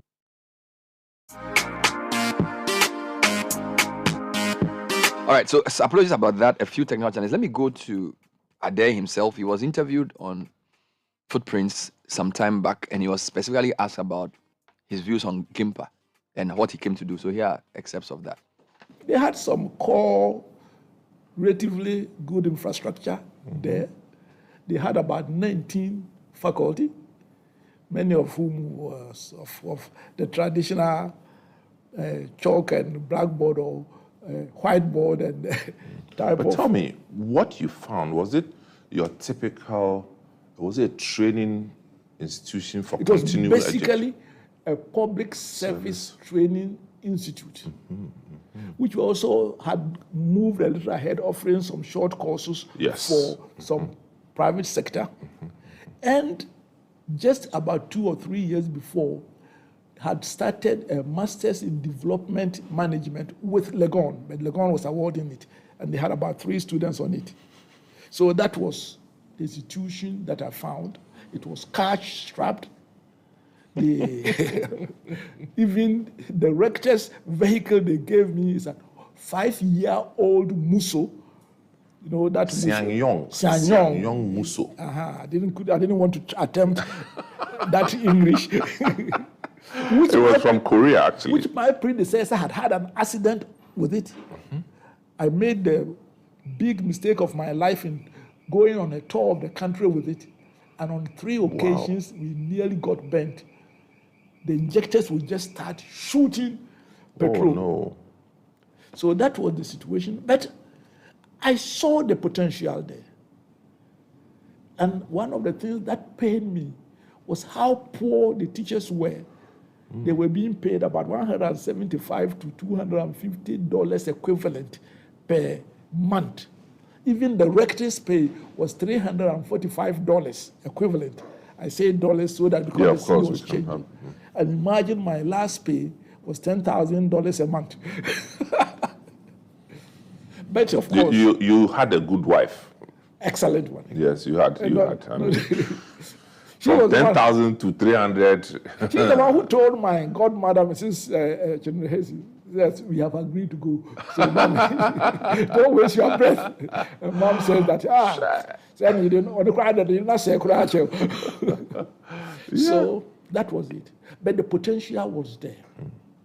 And I think that it was also an advantage. It was, the condition was so dire that people were prepared to do. But they had an excellent board called Court of Governors, headed by B.K. Mensah, almost who is who, Professor Champon, Vice Chancellor of Cape Coast University on it. And so you had people who had the capacity to advise you and support you and guide you. And they were excellent, generous with my maverick type of actions. So we had a plan. It was clear that we had to, first of all, make sure that our infrastructure improved, our courses, new courses, market-oriented, were introduced, that we become, in the shortest possible time, financially autonomous and be able to pay ourselves well, improve the infrastructure, and the rest. I had a vision statement of only 3/4 of a page, which I gave to the board, the interview people when I came, that I will establish an all-adult undergraduate school. I will have special executive master's program. I will revamp the public service school. I will make GIMPA financially autonomous, and we will be of world-class standard. So I'm sure they say, but the first thing that was really disturbing was not only there were inadequate finances, but it was overpopulated with the wrong type, over almost 300 staff. I said, what? How can I have a university of 1 faculty of 10 supporting staff?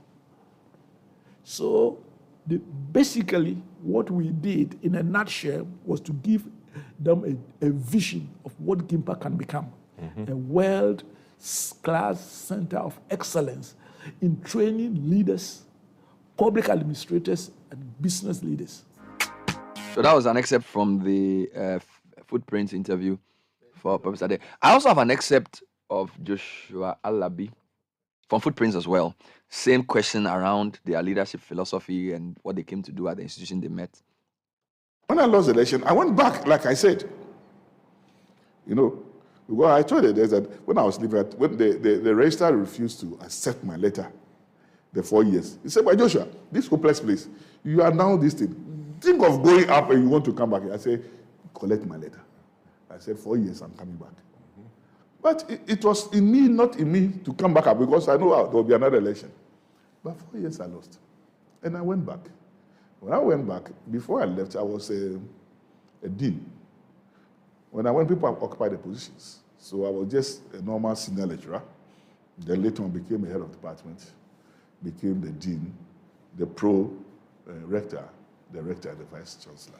So what I said many years ago come to pass. But so about the transformation of the school, where you met the school, and this time I'm talking about where you met the school after your active politics, after being Greater Accra Regional Minister and going back, where you met it, up until where you left it. How do you account for this transformation? The transformation started when I was the deputy. I moved to my boss then and told him that, look. What was the name again? Reverend J.J. Marty. He's an Anglican father, a very nice man. And told him that I want to take charge of the transformation, the degree program that we're mounting. I want to take charge. Because he formed some committees and they were not working. I want to take charge. He gave me the chance to do that. So I started with designing programs for the degree programs and all those things. And then he became interested himself. So we went to accreditation board. With difficulty, we got accreditation. So we started on a very light note. Having been a student there, a teacher there, and a lecturer there, I knew exactly what I wanted for the school, I must admit. You see, and in life, to transform a system, you need to have a purpose. You need to have the purpose, and that purpose must be backed by passion. So I had a purpose, I had a vision. I communicated a vision very well, and it was collectively accepted by the people. So now I have to drive it. And for the fact that I was a former student there, all my life has been tied around that school, I had that passion. You follow? So we started a transformation, and it was not easy. Normally when you transform and lay foundation, later people see it as ordinary because it is there. You know, I used to tell my children, when my father was farming, we used to sleep in the bush, the rice farm with bonfire. Okay, my father never built a house like that, but they are in now, so they don't see what I've done. No. But if they have slept in my father's rice farm, the bush, to see they will see the progress to this level. So for them, it is normal for them. Yeah. So one day I took them to Tamale the bush to see where I used to sleep. We took plane one day for them to see life. So normally transformers suffer. They suffer because in the process of transformation, you step on toes. Yep, it's obvious. You step on toes, and you will succeed because you have the vision and you have the passion. Yeah. But when you leave, those you might have offended in the course of the transformation will now gang up and try to project you. It happened to this man at Gimpa. Professor Adair. Yeah, it happened to him. Yeah. I used to admire him a lot, and I still admire him. No wonder you replicated his I used to admire him, and I still like him, except that sometimes his political stance are different from mine. But as a person, that's okay. As a person performing, I admire him perfectly. So that's interesting. So you had the two transformational leaders in contemporary times that most of us who listen have seen, and we all agree that they have been transformational leaders. These are our lifetime leaders. Yes, in our time. Funny, the man who interviewed the two of them is sitting here, so I'll come to him. What I wanted to do was two things. I wanted to, in order not to throw the confusion around the discussion, let's separate the thing. There are a lot of good leaders, right? For people are mentioning Frimpong Boateng, Emil Short, Afarijan. These are foundational leaders. They set up. They were there when we started the Fourth Republic. There were some things they came to start that nobody else could do. So Sraj, you can say it was the Sraj we know today is Emil Short.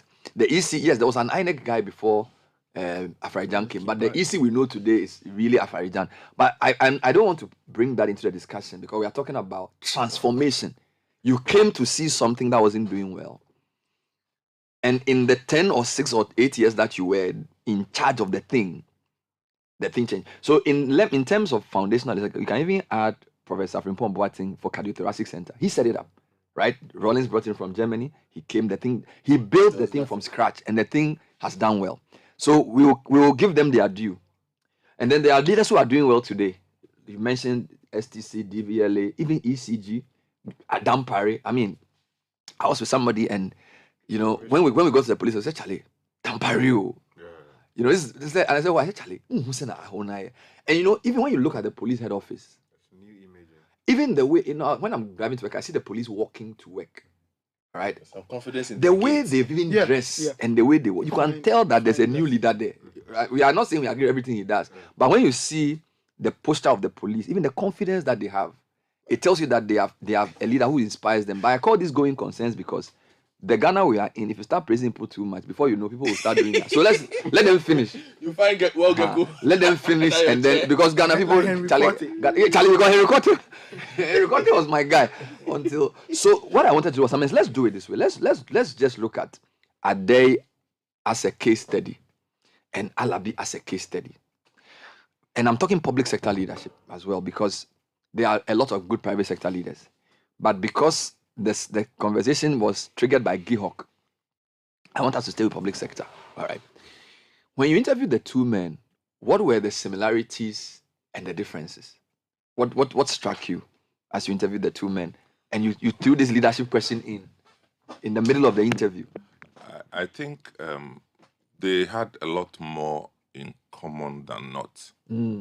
And what the striking resemblance, if you like, was that they both bore a solid picture of the desired future state of the institutions that they were handling. They had a picture of what they wanted it to look like. And that was the overarching motivation. There were flaws in the process, I must say, but that's not what we are discussing. We are talking about the legacy, what they have standing today, and how it was transformed from close to nothing to something substantial. So they had vision, and they had strong motivation. They both were not reporting to a minister. Oh, really? So that's key, eh? Of course. So they had a bit of autonomy. Of course, university. The free hand. I think it didn't occur to me. They were not reporting to a minister sitting somewhere who would dictate to you how you should run. So they had a bit of free hand. The system gave them... I'll say independence. Free hand, I'm not so sure, but independence. Because they had some difficulties as well. In fact, with UPSA, I also taught there for a while. Even the charter challenge, because they were under KNUST for a long time and all that. So there are legal ramifications. I'm even told that they also had to do some legislative changes to allow him to do what he was able to do. Yes. He had backlash from people, court issues. Stories. So it wasn't such a smooth ride for either of them. But the thing is, so the similarities for you are one, both of them knew what they wanted. It was very clear they had a picture. Even though the people working with them may not have seen it, they knew what they wanted. Alabi, I can say 200%. Because you were very close to him. He knew what he wanted to get. And you see, Alabi had a way of infecting you with what he wanted to do with UPSA. He will infect you with it? Yes. Like a virus? Yes. And that's leadership. So how did the staff working with him respond to that? Well, because some leaders are not liked. I know some professors around Ade who say, Charlie, this guy... in our cultural setup, anybody that brings fundamentally changes that transform the structures, you run the risk of not being liked. But thing is, leadership is not about being liked. No popularity it's about contest. Changing things. And at the end of the day, no leader has been applauded for being liked. I also to bring that question between bringing people along versus being liked, and the distinction you gave with Alabi on the infection. Because there's also a view that, so yes, it's not a popularity contest, but should it always be my way or the highway? When like the team, because all these two men, I'm sure they had a team that they were using to work. So how do you draw the line between driving your agenda, whether it's not favorable or not, and yet still making sure that your managers and your... But the agenda, you know, who determines whether agenda is favorable? That's another question.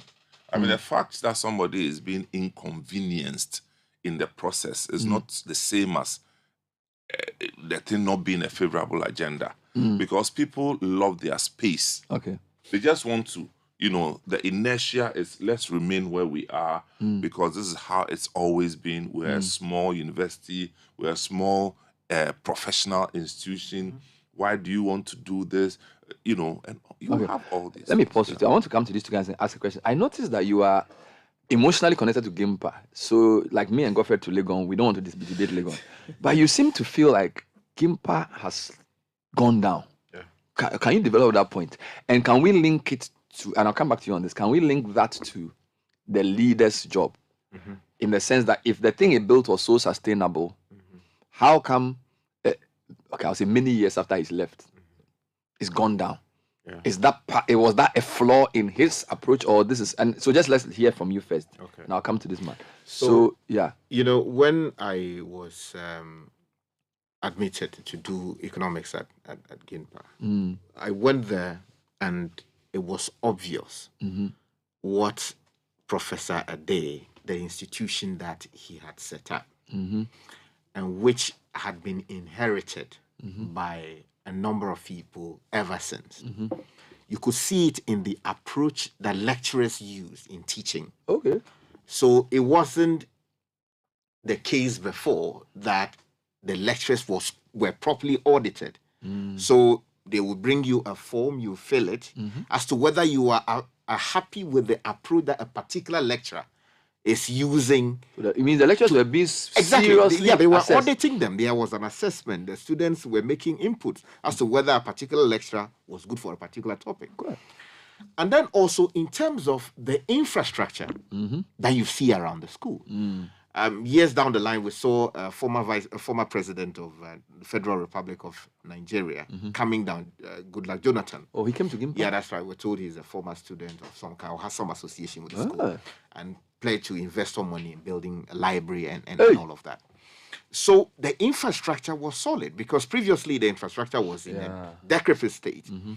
But under Professor Ade, they were able to transform the school as to attract some of the finest people doing great things. When you were there, who was the VC? I've forgotten his name. Is it Franklin Menu?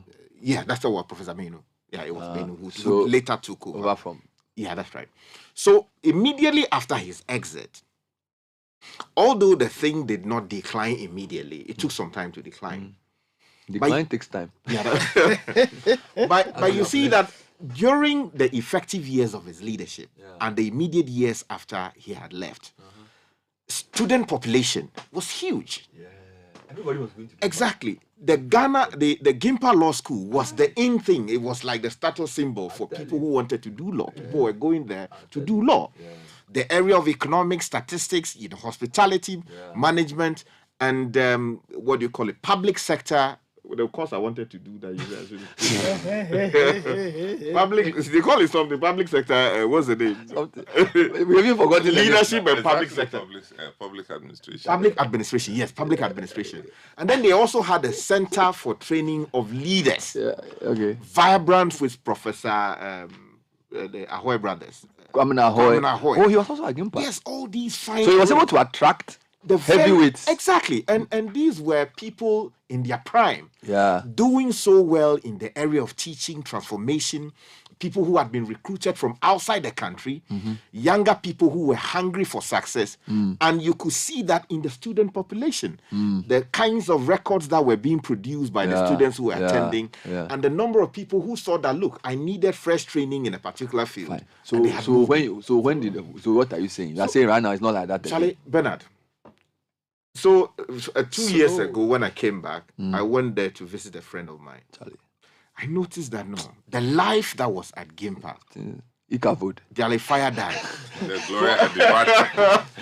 But you see, I immediately thought that maybe it was because of COVID. Yeah, so I granted that and said, okay, let me go and maybe come back. now they are doing online school and all of that. Bernard, less than 2 weeks ago, I went to Gimpa. You wanted to cry? I wanted to cry. Oh. You know, between the hours of, say, 1 and 6:30 p.m., thereabout, there was always life. Yeah, that's where the workers have come. Exactly. The school is picking up. Vibrant, like market. The car parked full. Yeah. You know, you don't find space to park your vehicle. You know, people are here to study. Exactly. You go to the library, people are busy doing stuff. You walk through the lecture hall, things are happening. The law school students are properly dressed, looking nice, going to do their law. But now I went there, it was Koya. A pale shadow. Pale shadow of its system. self. And I was asking, so I called up a number of my friends who still work in the system. And Charlie, the kinds of stories that they are telling about how the thing has been allowed to get so bad, infrastructure is decimated. Look, I went to some of the washrooms.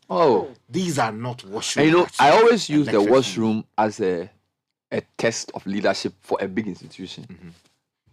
When you go to at least a UPSA washroom, it's still okay. Yeah. It's when you go, because some washroom, when you enter, you just come out. Yeah. And when the system is working, the leadership is felt because it's a moment of truth. So if you get to a washroom in a random university and the place is clean, it tells you that the guy at the top is doing something right. So I'll come back to you on the point of what that means for Ade. But I just want to comment quickly, on the hostels. You know, the executive hostel was the ish thing for many people who wanted to do conferences, train their managers and all that, like this boot camp thing you want to do. Yeah. Ordinarily, people will go there and do the training sessions there. Yeah. Look, you go to even the executive hostels. They are not looking the way they used.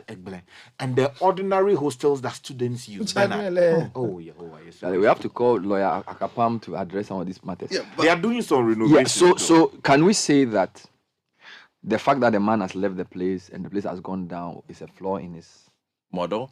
No, I think you have to look at some the different sectors. Now, if we take an educational institution, there isn't a significant control on succession by the departing person. Maybe the person might have groomed somebody and might recommend, but it is still at the behest of a different group of people who have to decide that, okay, this is the person.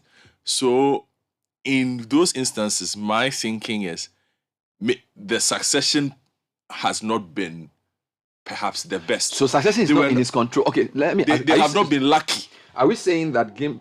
I mean, funny. Yesterday I was watching CNR. Yeah. In the last 10 minutes, Professor Oko went to Presec of all places to donate desks. Okay. I mean, it's funny when we were in Presec, UPSA was like, "What is this?" Now, we are so overcrowded that he, the VC, is coming to give us desk. And headmaster is thanking him, and we are like, you know what I'm saying? So it's almost like the new VC, the place is still thriving. And they even have enough to come and donate to their small boys. But if you look at Oko took over from Alabi. Yeah. It's not normal that you would have back-to-back two very impactful, progressive leaders. So if you look at tech, everybody was talking about Andam. But then Andam did what he did. And then there's Professor Obridanso. Now, so it was continuity, two good leaders. Within, let's say, that would be like within a 15-year period. Yes, within a 10-year period. Within a 10-year period, you have these two individuals working. But didn't Ellis Otu come before? Yeah. So there was Andam, Ellis Otu, and then Obridanso. Okay. So you see the chain in there. So if you are lucky enough to get, and I must say luck because, like I said, the appointment is not really something that you can determine. It's not like Obridanso is living and says, "Hey, you come. This is my guy. He can continue my legacy. He understands my thinking. He understands the passion. He understands my plan and wants to continue it." Okay. So I think that will account for some of what we have seen. Because, hold on. Okay, yeah. Because, for instance, when we had a great headmaster for instance, at Prempeh College. What's his name? Saddam. Saddam was transformational for us. With a name like Saddam? Yes. He came with the name. Okay. Mr. Ebenezer also Sechre. Saddam. Yes, we called him Saddam. Solid. Because he wanted to bring back something. Okay. But once he left, he does not choose his successor. He did his job. Yeah. But the person who came was so bad that within 2 or 3 years, The old boy says, hey, get out. Come on. Get out. You see. You understand? But I if you're think not you've lucky- nailed something that I want to bring into the discussion, though, which is the issue of selection versus appointment, right? Because what we are saying is that Gimpa Je, but because Ade does not have control over who takes over from him, it will be a stretch to blame his model for the decline of Gimpa. But we are also saying that in the case of Alabi, he had an influence in who took over from him, and therefore some continuity, because I think when you were there, Oko was one of the... He was there. Oko was one of Alabi's boys. Yeah, Very so much to the point is that he already knew the model. So Oko wasn't coming with his own agenda necessarily. He used Alabi's script, but he also expanded it with speed. I mean, there's somebody But who he was Alabi's choice. Well, I'm trying to push that point. I for a can't say reason. that for a fact because I don't know the mechanics of it. But I Okay. know that while we were there, Oko was one of Alabi's favorites. I mean, no That's secret enough for about me. that. Yeah. Now I want you to address a point. So Ade leaves, comes to Gimpa, manages to push some reform through. He doesn't answer to a minister, but there are some things he can't change because whoever takes over from him is not his decision. He can't bring one of his boys, quote unquote, to run the place. Alabi And too that person comes. will not have the insulation. Ade has Alabi to too is able to get some concession from the government so that he can charge reasonable fees. Right, so their negotiation upwards to make sure that the system allows them to do the change is very important. So the fees Alabi was charging at the time that he was a VC, a lot of the public investors were not charging that. And you could see the use of the money because you can see the physical infrastructure. So my question is that for public institutions, can we not say that the Alabi model is more effective in the sense that if you leave the succession to chance of political administration or some political process, continuity will suffer because we are trying to build success that lasts. But if you find a way of getting a leader who may even be appointed, not necessarily even voted for, but understands the task ahead. So in pushing a case study for public sector reform, UPSA probably is the most perfect we have now. Maybe Gimpa being a close second, based on all we know. But does UPSA still have that wiggle room it had from the onset to still function? Because they do.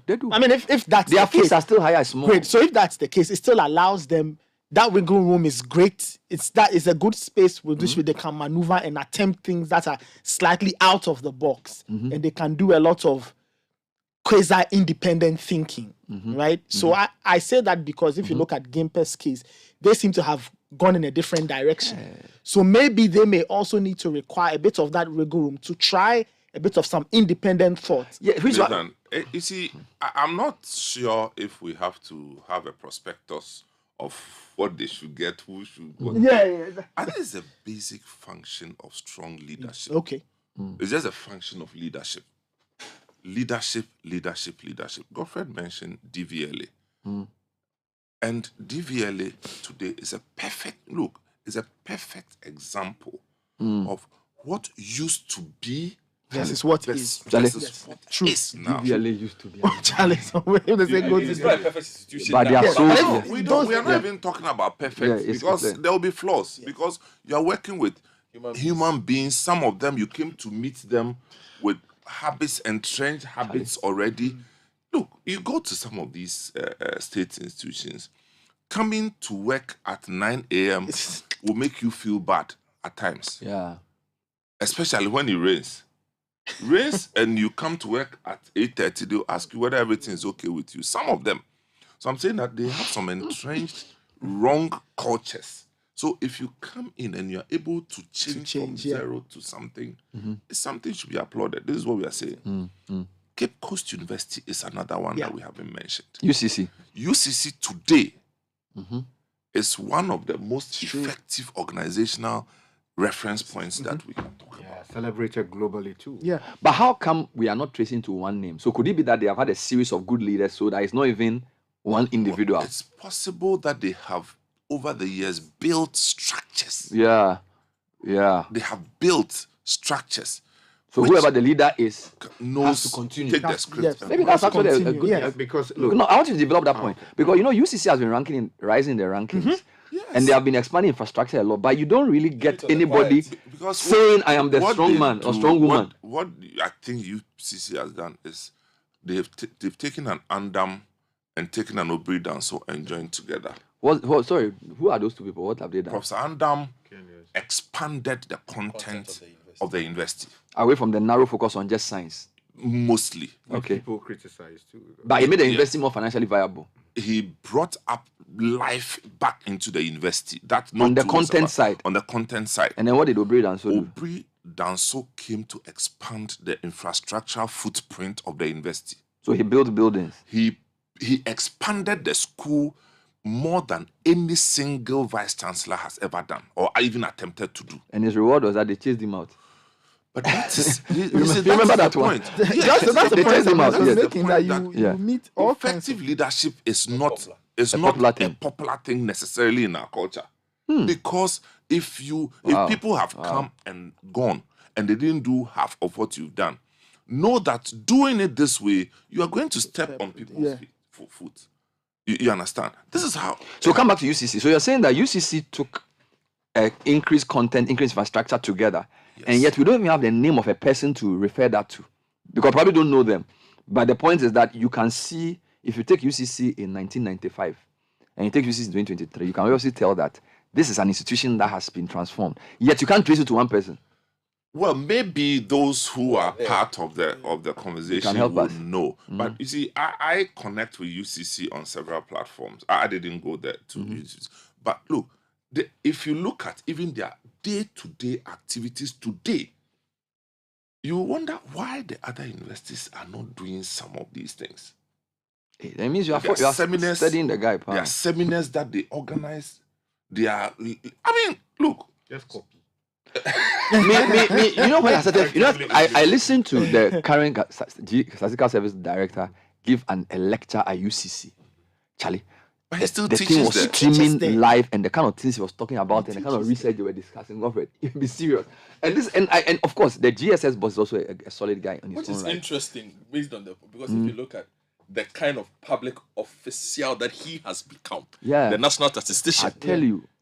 And where he is, it's interesting. I actually think that the statistical service has also been transformed in a way because, Godfred, even the usability of the statistics. Yes, look, changed. We've done this work for 20 years. Sky, there was no time that when they announce any of these things, you'd mind them. They will send you infographics. Previously, it was food basket. A lady will call you the day before and say, "We are coming to release some data.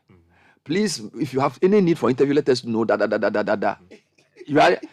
Without fail. And when the data comes, she will send you all the graphs and things and so the man is available for interview. You can call this guy. So I think that, you see, when sometimes we need to use that platform, let people know that there are things that are happening which are good, which you have to model. Okay. But I feel like there are a couple of problems here. The political system that we foisted on ourselves is not amenable to transformational leadership except by accident. Because the choice of the leader is based on a flawed system. All right. So yesterday. Repeat that one. Repeat. Yes, I'm saying that the political system that sits on top of all of this is not amenable to transformational leadership because the system of choosing a leader is flawed. Yesterday, a friend of mine sent me a message. And let me just read the message to you. She was so upset. She says, Bernard, I hope all is well with you. Yes. There's this thing that baffles me that I wonder if it can change. Why do delegates take money before voting for somebody to lead them? I don't understand this.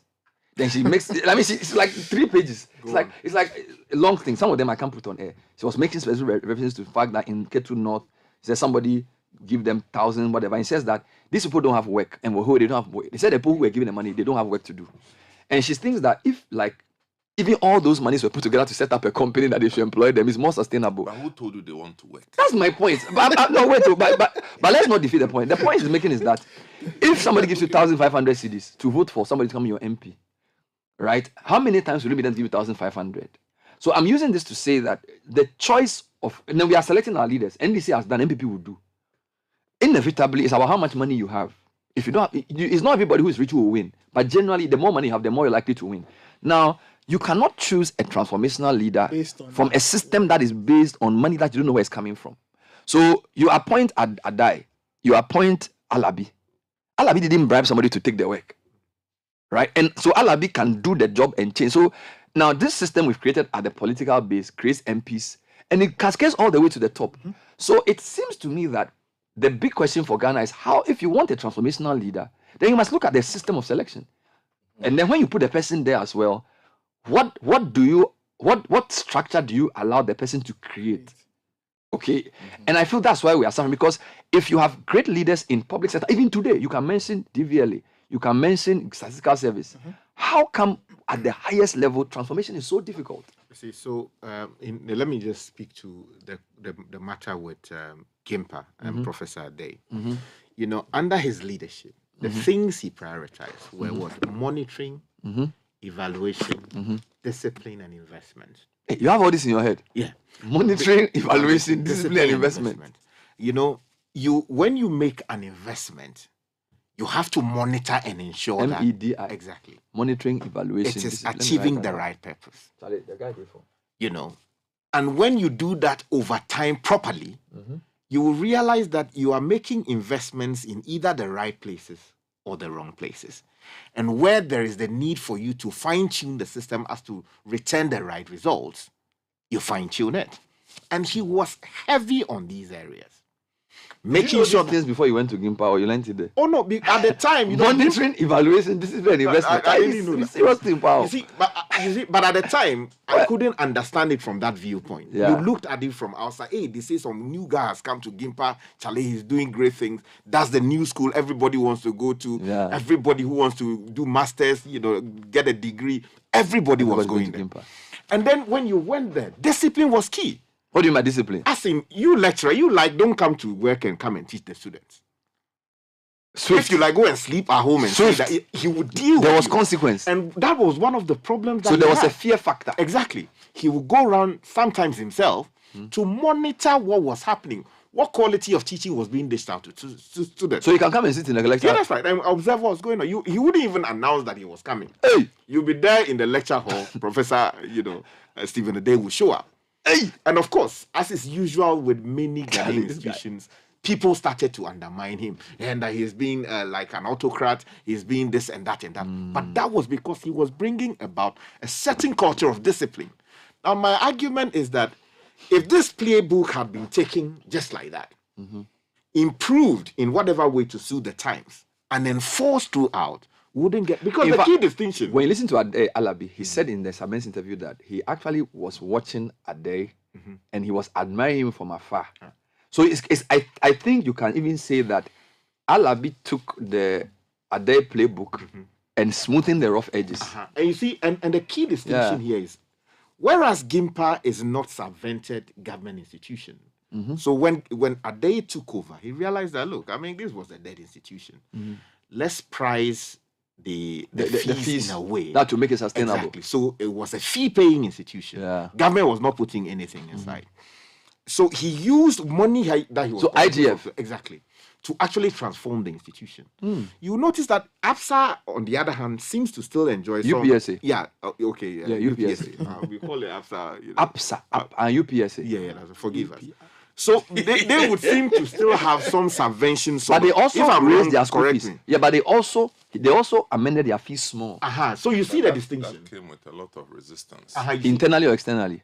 Externally, of course. People didn't agree to the school. Of course. So you see the distinction. Whereas Adai used internally generated funds entirely to transform that institution, APSA still retains some support from the government. So that's another difference exactly. in the model. So for instance, if the people who took over were so in terms of the government was giving them money. Maybe No. They were not being given anything. Till today, they were not given. I don't know about today. Guys, I don't know about one of the things that fascinates me about UPSA is the speed of infrastructure development. Yeah, great. There's a big hall when you enter the investing on your left that they are building. They built like 2 or 3 hostels. How do they get the money? Because it's serious. So. Students go there, get But don't Gimpa collect school fees. Now students are not even going to the place. You see, let me tell you something. When then that's dangerous. Because I just got a message that says that Charlie Gihawk workers, they make Gimpa chop stray bullets. All right, listeners, I'm going to read some of your comments. What we are doing this morning is to use the Gihawk situation to talk and think about transformational leadership. And I think we made a few fundamental points that UPSA and Alabi and Gimpa and Ade are two very useful models. There are some lessons there. We are also trying to pick out public sector leaders who are, and let me not make it seem as if every institution needs transformation. Some need reform. Reform is a lower level. Yes. All right. Some just need continuity. Continuity. Yeah. All right. And we are not making it as if these are the only people. I know a lot of people are saying that Goyle has been transformed, although they are saying that it's a merger of the board chairman at the time and then Akoli, the MD. So it's more like Kojo Bonsu and Akoli together. Yeah, which is a good story. So if I'm wrong, we don't have a lot of that these days. They're always fighting. So if I'm wrong, in the board, So I'm saying that if you are in the Goyle system, what's the name of the guy? Robert. So let me know. Give me fill out on the Goyle. I want to understand the Goyle. And then Goyle is important because I'm saying that 20 years ago, when you drive to Goyle, it was a mess. It's a brother from the village. But now, but now Goyle they rub shoulder. You know, so now I just wanted to. They are even in the upstream system. Yes. Again, we can do a general leadership discussion and bring private sector leaders as well. And I know you have somebody you want to mention. Before you get there, so I wanted to say something. Yes, say it. Like, say it. Your point on the political system and selection of leaders, because the same political system is able to select some very good people to lead some of these public institutions. Like Henry Cote. Yes, but if then you the go, same system like, will turn I'm around even going with the and do the same system will try I'm not for a friend and say, oh yes, some to wring you dry. You know, I recently no. But you know, Samuel, the Henry Cote one, it breaks my heart. 10 Henry Cotes. Charlie, Henry Cote will they pay me, Charlie? If we had Henry Cotes at the political leadership level in this country. But the point so I'm making you know, but the point I'm making is because you look at the political system, for consideration, we have the men. Exactly, but the question I'm asking, so how come I think sometimes it borders on a measurement of favored entity, sort of. They prioritize. So certain categories of entities get certain categories of people. And then if you are smart enough to see, you realize that certain categories are used to fill up jobs that we must reward people with. Oh my God. So you end up with square pegs in round holes. Square pegs in round holes. People are now learning the work. The work. Because if you look at the CVs and backgrounds of those who run those that we can put in tier A SOEs. They would have run multinationals before. They would have come from all kinds of international backgrounds. They know their work. So they don't come to the job to learn. Okay. Some go well, some don't go well. Thank you very much. Okay. But for me, the fact that you work with a multinational doesn't mean anything. Oh yes, but it's a my point is no. I understand. No. But Alabi had a track record. Yeah, that's a multinational. Yes. But you work with a multinational. That's why you should believe me. No, but go on.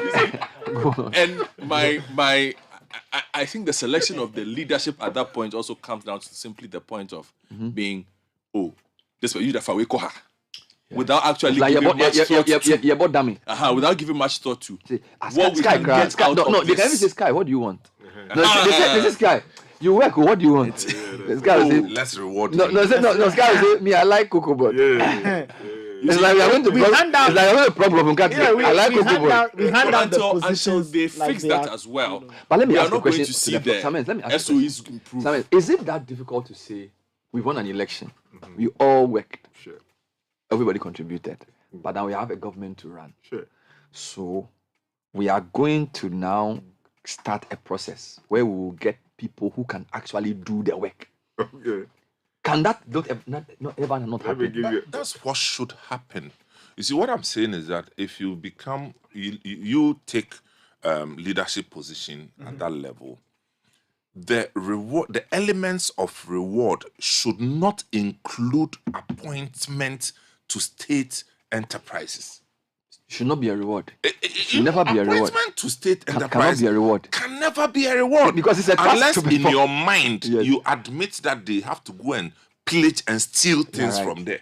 Yeah. So you can't. So you are saying you can't conceive how running an important institution becomes a reward. A reward for what? How do you reward somebody with an appointment to manage state resources? Unfortunately, that's what it is. No, that's You a see, serious point. this though. point, It if can't we be a don't reward. crack it as a country, That's serious. nothing will change. If you want to reward the person, ask the person, first of all, what do you do? He says that I'm a trader. Can we help you to expand whatever? So you go back and trade. Can we, he says, I want to go back to school. Can we get scholarship for you? That is help. That is help.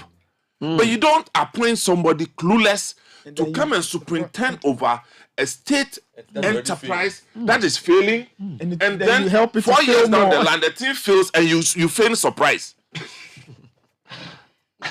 You are surprised. It starts from the simple decision to appoint somebody who is ill But I just want qualified. to ask you a question. Is it that they underestimate the task or they don't? Because you see, sometimes running an institution, as you know, is one of the most difficult things in the world. I would say you can be given a job. I can be appointed to work as Pepsi vice president as an appointment. It's not the same as running a mattress shop in Kumasi that I own. So running things is one of the most difficult things in the world. So a lot of times people underestimate the importance of running something. So the fact that somebody can conceive it as a reward is possibly because they underestimate what it means. Because it is what it is, and it's the way we have done it since for a long time now. Look, let me give you a practical example. When Professor Mills won the elections, a lot of things happened. There was so much uncertainty, anger in the air, and somehow the NDC managed to insist that, look, we won this election and we are taking it. They went to take him back. There was a short time between the declaration of the results and then the intended installation of the president. And when he had been announced, so much pressure, people were moving, Charlie, you see people around him and all of that. The Accra International Conference Center was the place where he was operating for the first few days. Look, anytime we went there in the morning, people with CVs upon CVs. Like a marketplace. Party card upon party card. There were those who had different party, like some had party card for this party and party card for that party, because you don't have a way of ascertaining it. So they went there to look for posts. To submit their CVs. And But they request that people should bring their CVs. But here's the thing. Then there were people from within, and when this happens in NDC MPP, who are favorites of certain people, so they will steal and put your hand there. And tear it. So they'll tear your CV. So when they are looking at the thing, they say, CV, no, your friend. Or they will call you and say, but your CV, we have not seen your CV here. Where's your CV? I say, I submitted it. Giddy. Then somebody is struggling and coming back with a CV. By the time you realize that CV has gone missing. So the whole thing is a marketplace. And some of the people who come are genuinely intending or were genuinely intending to serve this country. These were people who thought they were leaving greater things they were doing elsewhere to come and help. But the system as it was, and it happened in NDC, MPP, and is the way. So let me that ask we are one last destroying question. ourselves. Let me ask one last question. And then if somebody became president and wanted to use the Ade model or the Alabi model to govern, would the person get support from his people? The person should be prepared in the first place to be a change agent. A change agent, you don't stay forever.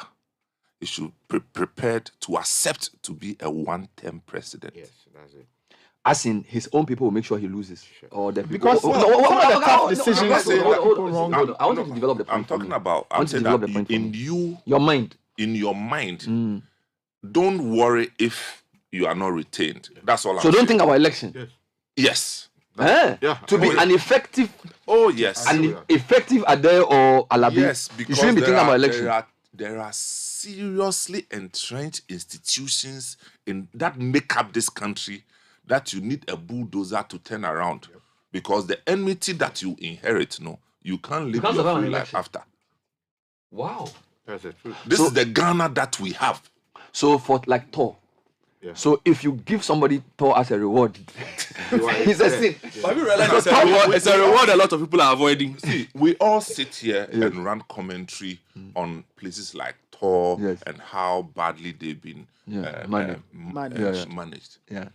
Trust me, there are a group of people who have benefited immensely from this situation.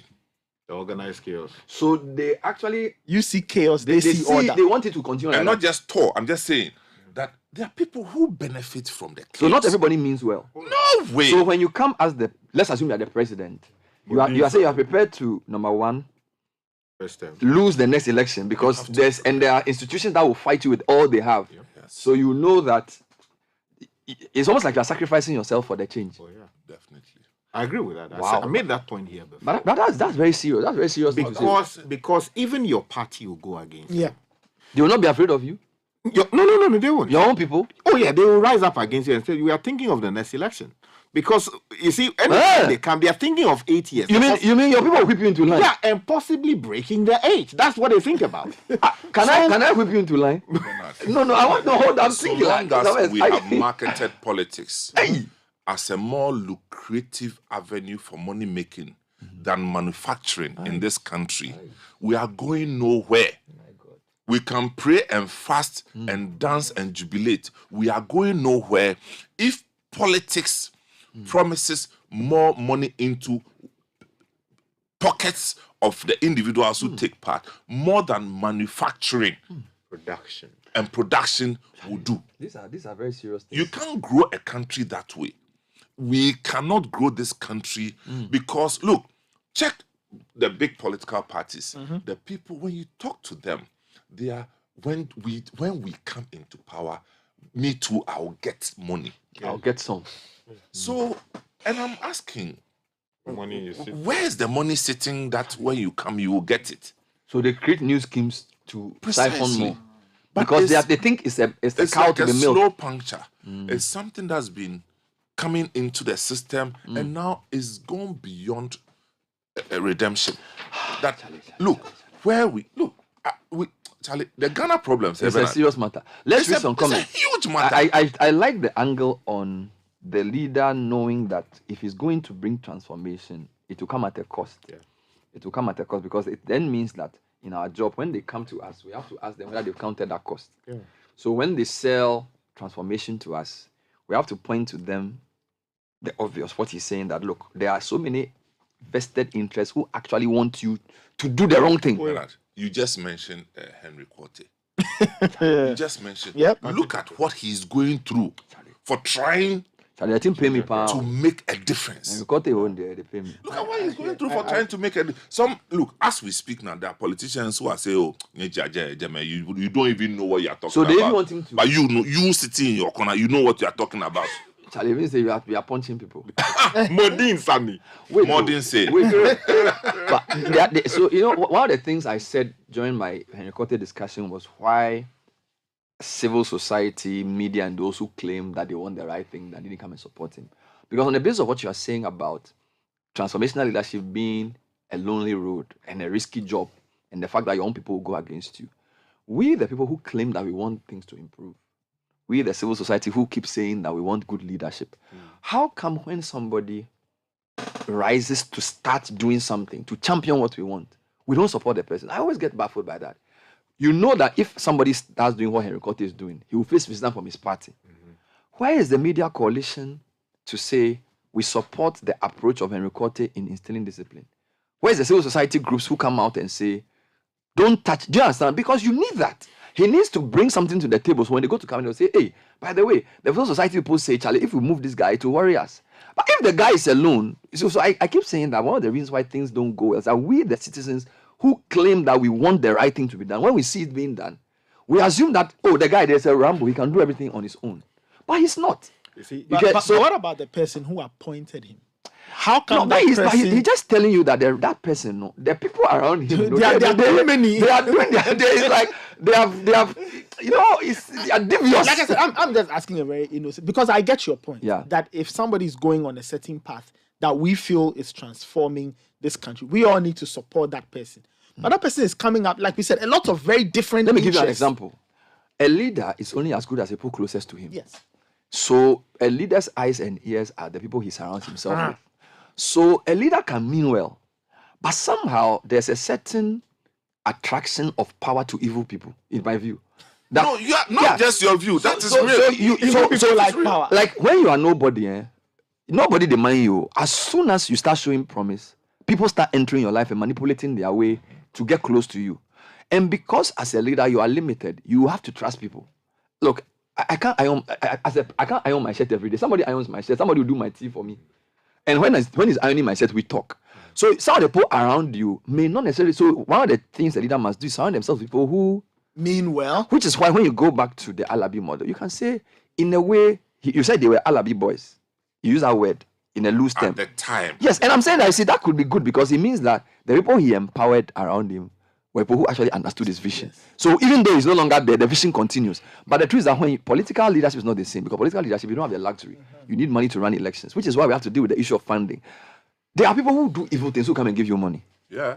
All right. And even a lot of them. And so the question is, how do you insulate the leader from these type of evil people?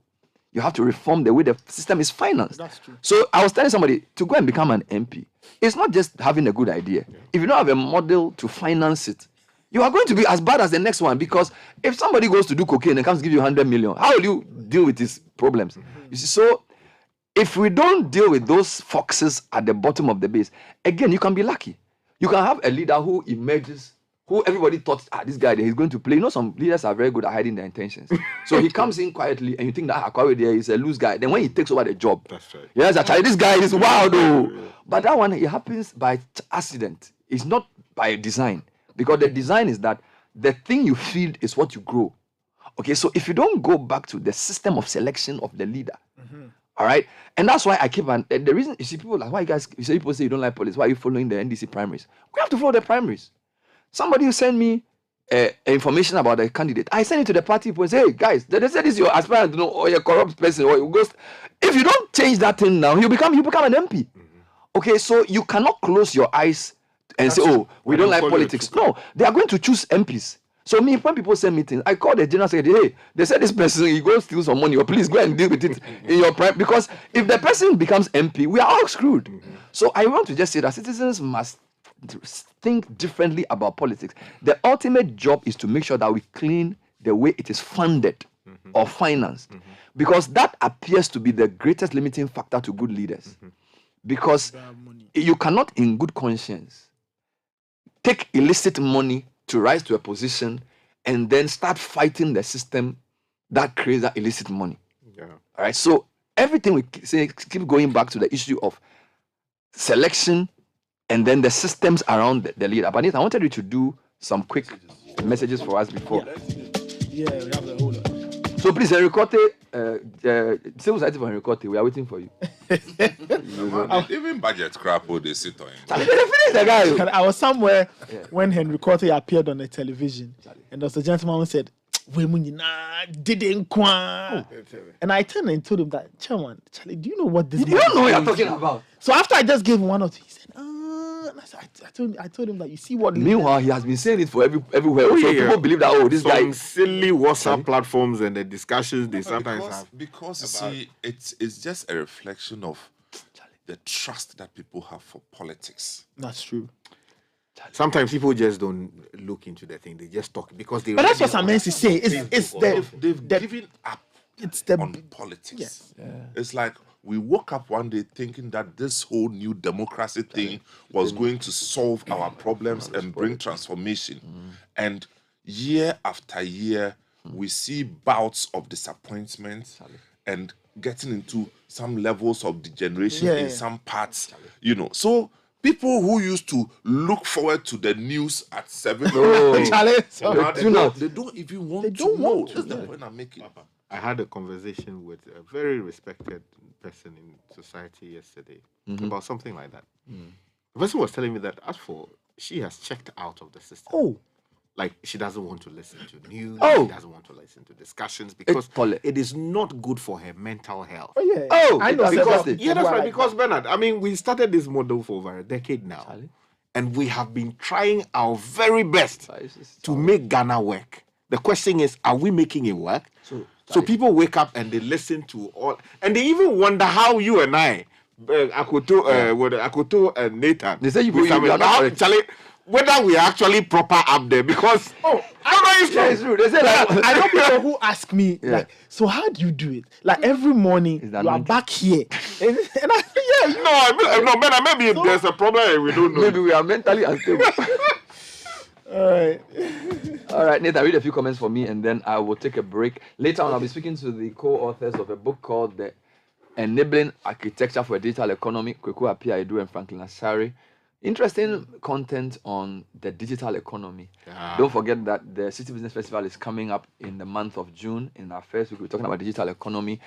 A few other things I'll tell you about this morning. But Nathan, please go ahead. All right, this one says the University of Ghana also experienced a censorship to Tego to IT. I believe the uni experienced its massive infrastructural development during the combined period of these persons. It's all about strong leadership. Henry says, Wing Commander Andy Mensah, former DG of the Ghana Civil Aviation Authority, great guy, 1988 to 2001. It says, proper transformational leader. 1988 to 2001. An ex-Air Force officer. So 13 years of just, wow. You see, sometimes when you have the luxury of time. Wing Commander Andy Mensah. Is he alive? Yes, he is. You should find him and put him. Wasn't he the one in the news this morning? About what? About the civil aviation. I think and it was guy who did that story. Yeah, he was in the news this morning. Find him and put him. You know, there's somebody who was talking about the need for us to have a local airline. Okay. What paper was that? I don't know. No, it was in our news. It was in our news. We'll check it. Business news. Business news. Yeah. Okay, find him and put him on. I mean, we are sitting here. We still don't have a local airline, and we wonder why our dollar is messing up. Okay, this one says this one could be considered an absolutely transformative leader, Professor Daniel Mrekujima of UMAT Takwa. Okay, everything the uni has become today is because of his visionary. Send us more info on this. We'll be happy to read around it. Okay, this one says Kojo Bonsu rebranded and transformed Girl. It's gone down a bit. Okay, another current boss. That's what he's saying. This one says, have you noticed how easy you choose educational institutions over manufacturing or productive ones? Managing educational institution is different from managing manufacturing. But the principles of leadership are applicable there. So the fact that educational institutions are being used, don't forget, I'm talking about public institutions. So my caveat was a public institution. So, and we can public manufacturing institutions. Yeah, but what I'm saying is that we don't have very good public manufacturing institutions that are doing well. But the point is, what business does government have in going into manufacturing? That's a different discussion today. Let's read more comments. More comments. This one says, I went to tech during Andam's time. He introduced the non-science courses that were compulsory, like swimming. Everybody had to take at least one. Interesting. This was my take on a seasonal transformational leader, Professor Opon Boache, CSIR Mampon. Honorable Nana Kwesi Ajman, Kumasi Mayor, Benjamin Owusu Mensah, he was at GPHA between 03 and 09. And Frimpong Boating Kolibu and Yat Nana Kome of STC. This one says, God's transformation and Kojo Bonsu was really remarkable. Rebranding and leadership led to God becoming a market leader. Kojo Bonsu at KMA also saw the transformation at KJTIA Market and Rotary Park. It's Rotary Park. Okay, Rotary Park. The person doesn't live in Kumasi. That's why he said Rotary Park. Okay. This one says, my name is Yoni. I want to name the current CEO of the Community Water and Sanitation Agency, Dr. Engineer Walanyo Kojo Siabi. Great transformation in the last 7 years. Okay. Okay, we'll find out. And the Mensah's name is coming up again. Wing Commander and the Mensah. Same question. All right. Airport City was his baby, you say? I see. Okay, a few more. This one says Goal, rebranded by Kojo Bonsu. A different group. Yeah. All right, we'll take a break. When we come back, somebody said Professor Asabre Ameyo, former VC of UEW. Yes, deserves some mention. Of UEW. Asabre Ameyo. And then, yeah, okay. Now, people are. And then the Cape Coast one. Someone was telling me that the person who actually led the transformation was Professor D.D. Kupol or something like that. Kupol. We'll be back. This is Citi Breakfast Show. If you're looking to start a career in business analytics, build your business analysis skills, get the business analysis certificate, and be sure to recapitalize on the high demand across industries. Don't wait. Enroll now and take the steps on your way to a brighter future with IIBA Business Analysis Certification. Call the Center for Business Analysis on 0246-809-200 or visit our website centerforanalytics.com. Standard Water has for the past 20 years been providing quality and refreshing water to quench your thirst. This refreshing water brand is available in 11 regions of Ghana, and we are still expanding to cover the rest of the country. Standard Water gives you the following: sachet, bottle, dispenser, mounted jar, available to purchase from supermarkets, retail shops, and sales delivery trucks. Call 0202-055-703. Standard Water is FDA approved. And Airtel Tigo is announcing to cherished customers that all unregistered SIMs will be permanently disconnected effective 31st May 2023 in line with NCA's directive. Customers who are yet to complete their SIM registration should visit the nearest Airtel Tigo shop immediately and avoid permanently losing their numbers. What's more, you get 5 gig free data instantly after registration is completed. So get registered now. Unleashing the power of relevant radio. This is Citi 97.3. What's I'm saying? The mama see in Cheska, I want to say. Obia for Ghana. I want to Cheska, who ever miss Carafa. Only the dealer who said, the farm to Paha. I will be able to say, the who ever miss Carafa. Tomorrow, when you are moved by Jiska, who by just saying, so be for Ghana and family. If you want home, John Hammer, we are sure. We are sure, Pa. Never meeting water to Sister Walker. Wireless Bay. Peace FM. Hey. Yeah, your mama, Nessa, I was here. Nessa was here, was one more beer for the beginning in 16 years. I know I chop money and I say a day. It will be better or do there now.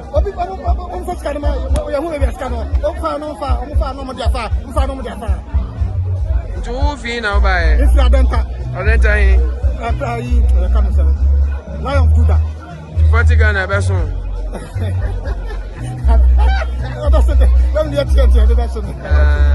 Now say Obi Mamunya 40 Ghana across all 16 regions. I move someone say scan thing. Na hamo. Say nipa ba kufuo na oma nipa pempem 40 Ghana say scan oba okwa kofa efi hamo.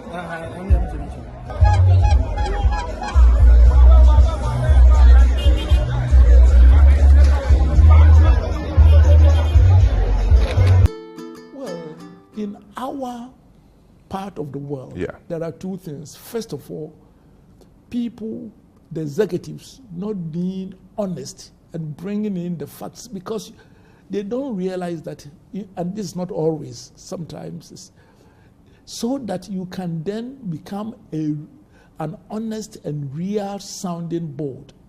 That's one thing. The other is oftentimes other people serving with you, in few cases, will not spend their time to study the papers, and then they will come and then try to throw in some views here and there. Whilst it is incumbent upon board of directors, it's a fiduciary issue that you are going to give your best, and your only interest is in the welfare of the corporation and not self-interest. And there's so much people thinking that serving on the board is for them to benefit. In fact, it is against corporate governance principles, other than your board fee, not to benefit. You are there in a trust position for the shareholders and not for yourself. It applies to Ghana as well, what you just said. It has to everywhere. And for me, I would rather... Ghana board member doesn't want to benefit directly. Yes. And when I'm a board member, I insist on that, and I have troubles, and sometimes I'm thrown out, and I would like to be thrown out rather than to compromise on this fiduciary responsibility. Again, because people see board membership as another Yes. if like pseudo employment. It's like I've been engaged. Unfortunately, and our political parties and politicians think that they do you a favor by when they appointing you to the board. Yeah. and because people unfortunately are appointed to the boards not because of their knowledge and their capacity, but as a reward. As a reward. Whilst if you are really worth your souls, being appointed a board member is a responsibility, and actually it should cost you something. Yeah. I can see whether I'm a board member of GRA or Judicial Council or a bank. That should not be where I butter my bread. That's no, correct. It is. But unfortunately, my party is in power, my friend is there, and therefore is my turn. Because that's what they are. And immediately you are compromised. Wow. And it's one of the biggest challenges in corporate governance in Ghana.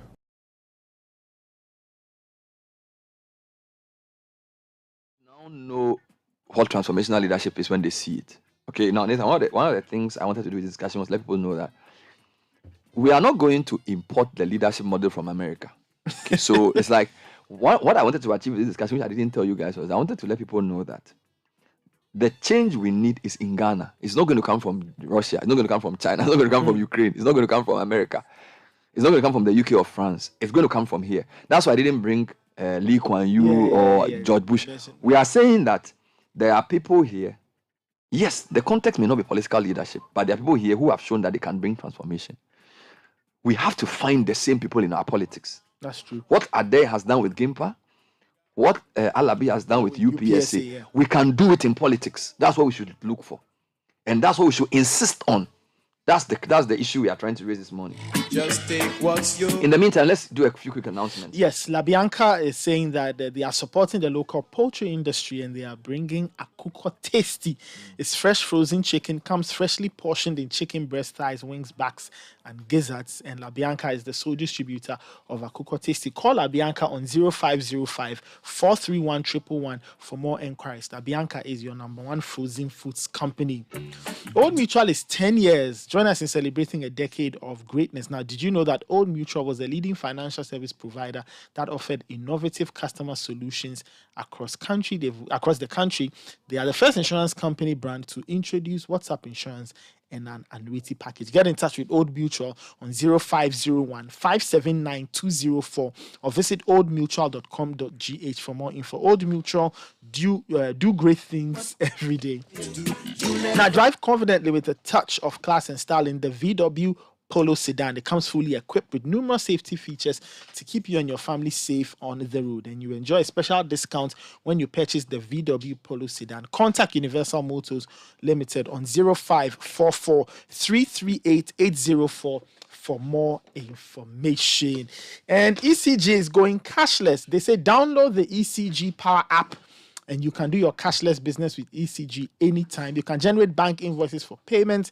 It serves as a platform for reporting and resolving issues, and you can provide a history, or it will help you give you a history of your payment transactions and consumption information. Just visit the App Store or the Play Store and download the ECG Power app. And if you have a feature phone, aka a YAM, dial *226# to access the ECG Power app for all your transactions. If you want to call ECG, call their call center on 0302 611 611. Help ECG to serve you better. Happy birthday to a member of the research team in the Citi Research Desk. Of course, he works at FinCap. Selassie Edu, who is a banking and finance analyst who helped us with our banking sector report. I need to say, tonight on The Point of View, we are doing part 2 of our banking sector analysis. I want to wish... Tonight is part 2. I have several people asking... I'm doing part 2 tonight. I'm doing more industry level things. I'm going to mention some industrial trends we've seen. We'll look at the sectors they are lending to and all of that. And also point out that, yes, the banks are recovering. 2023 first quarter, things seem to be turning around. But I want to spend a bit more time to look at how we got to the mess of 2022. So it's not like we are focused on this and negative. I want to draw useful lessons from that. So Selassie Edu, happy birthday to you. And to Patricia Jekum of Logistics Department, Promasidor, Ghana, from Valerie Opata, Enoch Kome, Janata Sante, and Ebenezer Tete. all of Promasidor, to you, Patricia Ajekum of Logistics Department of Promasidor. And the other thing I need to say is that we all need to grow our leadership potential because we all have leadership in the spaces we occupy. So we cannot demand for transformational political leadership and then be lousy leaders in our spaces. So all of us have a role to play, whether at home, whether in the space you occupy, whether in the marketplace. Whatever you do, you have to have transformative leadership results, all right? And the more transformative leadership we get at various sectors and various layers, the more we qualify the type of leader who can lead us, all right? It's very, very important. It's very, very important to focus on being transformational in what you do. Don't be a placeholder. Don't be anti-progress. Don't be an imposter. All right. Now, the fact that you send messages on the Citi Breakfast Show and you complain about Ghana's problems doesn't mean that you are a good person or doesn't mean that you are doing the right thing. The fact that I'm on air talking and interviewing, but doesn't mean I'm doing the right thing. So you don't measure my leadership because I criticize political leaders. Look at the people I work with and what they become. All right.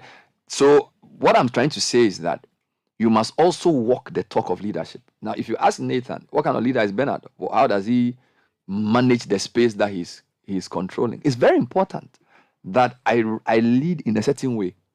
Okay? So one of the things we try to do here is, look, I've done this show for many years. I've done it with many teams. Yet we've been able to get an effective team to keep running and doing a good job. That is what gives me the legitimacy to come on air and demand good leadership. It's not because I have a mic. So having a mic and speaking good English is not legitimacy, right? Your legitimacy is that in the 15 years I've been on the show, I work with various teams, and we have still found a way to be relevant. You get it? And it's very important. So what I'm trying to say to people is that don't think that your citizenship ends at just criticizing people and sending text messages. You are also running something. How are you doing it? All right, you are. Some of you who are listening to me, you run a school. You are a teacher. Can you say that you are teaching a transformative way, or simply because you've not paid your salary and you are angry and you send text message and criticize the government? Does that absolve you from being a good leader? So don't think that your job is to be a citizen and criticize leaders. You are also a leader. You are teaching class 5. How are you teaching them? Are you doing are your students improving because of the work you do? Now, if we don't do that, I said this, Kwame Pianim said something. He said, countries don't change because one person does good things. He says, it's a lot of people doing a lot of things repeatedly. So one of the reasons Ghana is failing is because a lot of us who sit on there criticizing people, we ourselves, we are bad leaders. We don't transform anything. We are not responsible. We are not accountable. And we are not change agents. We say we want change, but when people around us want change, you don't want to accept it. So we have to transition from the convenience of just criticizing. You need a leadership track record. And this applies to all of us. Everybody, look at 5 of us in the studio. Godfrey, the richest man, he has a job. He's in charge of the sound. This is his office. He's part of a morning show. He can also say, the government is not doing well. But are you managing your music well? When you are doing your music selection, how do you do it? It's very important. Because your job is to be an effective leader. You are in charge of research. You were part of the sports desk. There's a space you manage. This guy is a lawyer. He's doing his job. If you can't show transformation in your own corner, what do you mean with transformation? Every day media leader? No. Okay. So I want to say to listeners that thank you for your comments. The discussion doesn't end with saying, oh, Adair was good. Alabi was good. But Mahama and Anado, they are not good. Are you good? That's the question. Are you good? Can we vouch for the change you claim to make? The thing you are doing that you are being paid for. Are you transformative in that space? That's the question that has to be. And we are saying that criticism is easy. We all need a track record. I was saying something that people shouldn't think that the job of media is just to criticize and that we sit here to criticize. And I'm saying that all of us here, we are not the most excellent people in the world, but you have proven in your space that you have a certain excellence and capacity. Even with what you do with this, the conversation. Yes, how academic rigor, journalistic flair is a new area. It's transformative, right? What I'm trying to say is that we have to walk the talk of leadership. We don't have to just talk it. Everybody can talk. You can go and read a book about leadership and can't be talking on the radio. All right. Now, if I've sat here for many years. If what I was doing was not doing well, you'll not be listening to me. So I'm trying to say to listeners that you have to also bring change to your space. Right? It's easy to send a text message and say something. The country is not. I've checked out. And all of this is because of the checking out thing, right? And I'm not criticizing people who have checked out. Now, the reason you can't check out is that you feel you have a stake in the country. Okay, so I grant people the right to check out because they've contributed their quota. But the fact that Sky is still after law school, still here shouting, even though he can make millions wherever he wants to go, is because he believes that his responsibility is to his country. That's a good citizen. So don't think you are smarter than us by saying that's why you've checked out too. So you have gone to sleep. No. So that who will fix the Ghana for your grandchildren? Or you think that when you check out, your grandchildren they can easily check out? No, they can't. Because even if your children check out, their great-great-great-grandchildren will still be here. So I want to let people realize that the change they want is actually them too. You are a delegate. Somebody comes down, he wants to be MP. And then you go and take it, stand in a queue, and he gives you 100 cedis, and you vote for him. You are part of the problem. You can start a certain conversation, a whispering campaign, and say, Charlie, this year we are not voting for anybody who's giving any money. We want the right leaders because we have suffered for too long. We are in opposition. Right? You say you are in opposition, you are insulting people, yet they give you 500 cedis to go and vote. You are an imposter. Yes, you say you're a foot soldier, and then you want to win election. Then you have 3 candidates running for a constituency. You listen to all 3 of them. They are good, though. But the one who gave you more money is the one you go and vote for. Then when you finish, come and sit on there and say that the MPP government is running the system down. You are not serious. You yourself, you are not serious. You get me? So you cannot be taking money to vote for people and turn around and say you are criticizing bad leadership. No. Why don't you lead within the? So maybe you have 6 polling station executives in Ayawaso Central. Say we will listen to everybody, won't take any money, and now we want to listen to them and decide who has the best idea for us. That's also change. But they will take the money, do what they want, and come on and say, oh, we are not getting good leaders. Why will you get good leaders? If it's give you 100 cities to vote for him, why will you come and do what you want? Do you get me? So people shouldn't think that this thing, nation building, is about coming to just talk and criticize. If what you do is not contributing to the change, you are part of the problem. Right? And we shouldn't select leaders based on how much money they give us. No, never. Never. Really? That you take people who are running for MP, high office of member of parliament, only 275 people, and you wait for a whole 4 years, and somebody gives you 1,000 cedis, and you go and vote for the person to stand in parliament. Parliament is one of the most important places in the country. People should be qualified. Then you go and collect 100 cedis and vote. And then you are surprised that they go and do yeah. Why wouldn't they do yeah? They say I should stop because I have an interview coming. Meanwhile, PRC says 18%. So just prepare. Today. Increase in electricity and related matters. The commission therefore decided after extensive deliberations and analysis. World Bank for new. You listen to this one. To increase the average end user tariff for electricity by 18.36% across board for all customer groups. I'm just giving you the latest. IMF. But they increased it 30% in March. 18.36%. 0.36. 636. Enjoy. Listen, so please, don't think I'm attacking. I'm saying that the country will not change just because you identify there's a problem and therefore you criticize. If you yourself are not leading effectively, you are part of the problem. And if you are collecting money to vote for somebody, you are part of the problem. Under no conditions you take money to vote for a person. If you are serious about change, no. Let them sweat. Let them come. No, money. Their money perish with them. Don't take their money. Don't say it's our money, we'll take it. No, they'll corrupt you. So we can't sit there and be collecting 1,000 cedis and voting for people and can't be calling my show and telling me that politicians normal born. Now who won't born? Who did 1,000 now? Voting? Why would you collect 500 cedis? Why? You are a delegate. Go and choose a person for us, then they are giving 500 cedis. You go and vote for the president. You can't around and tell me that the country is not doing well.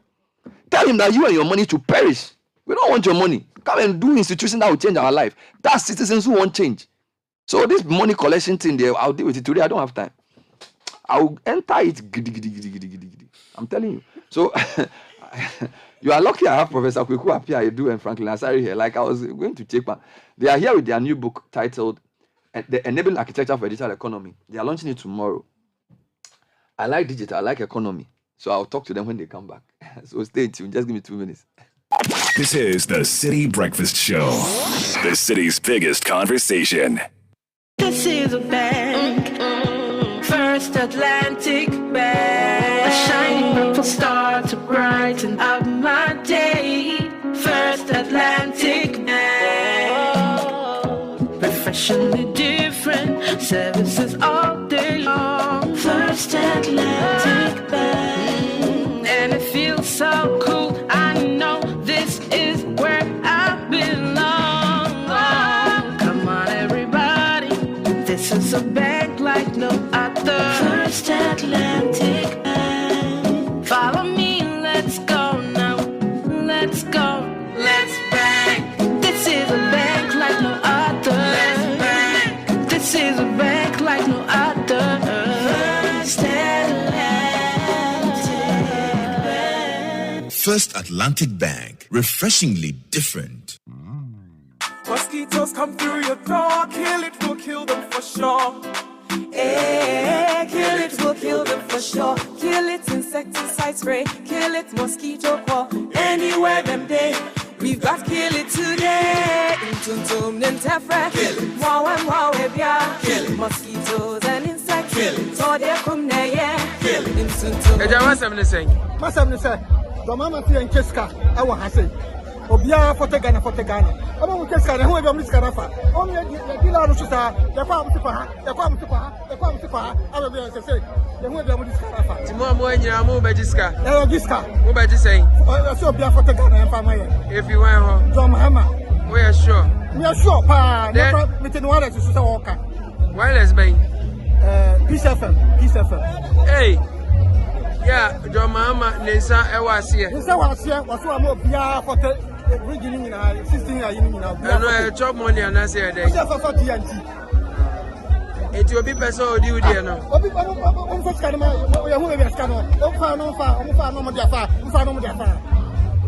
To who fee now by? If you are Denta. Lion of Judah. 40 Ghana person.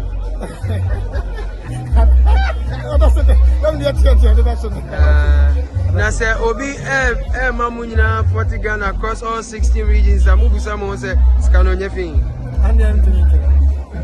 Na Hamo say Nipa Bakufo na Oma Nipa Pim 40 Ghana says Scano Oba or Quack of Effie. Hamo.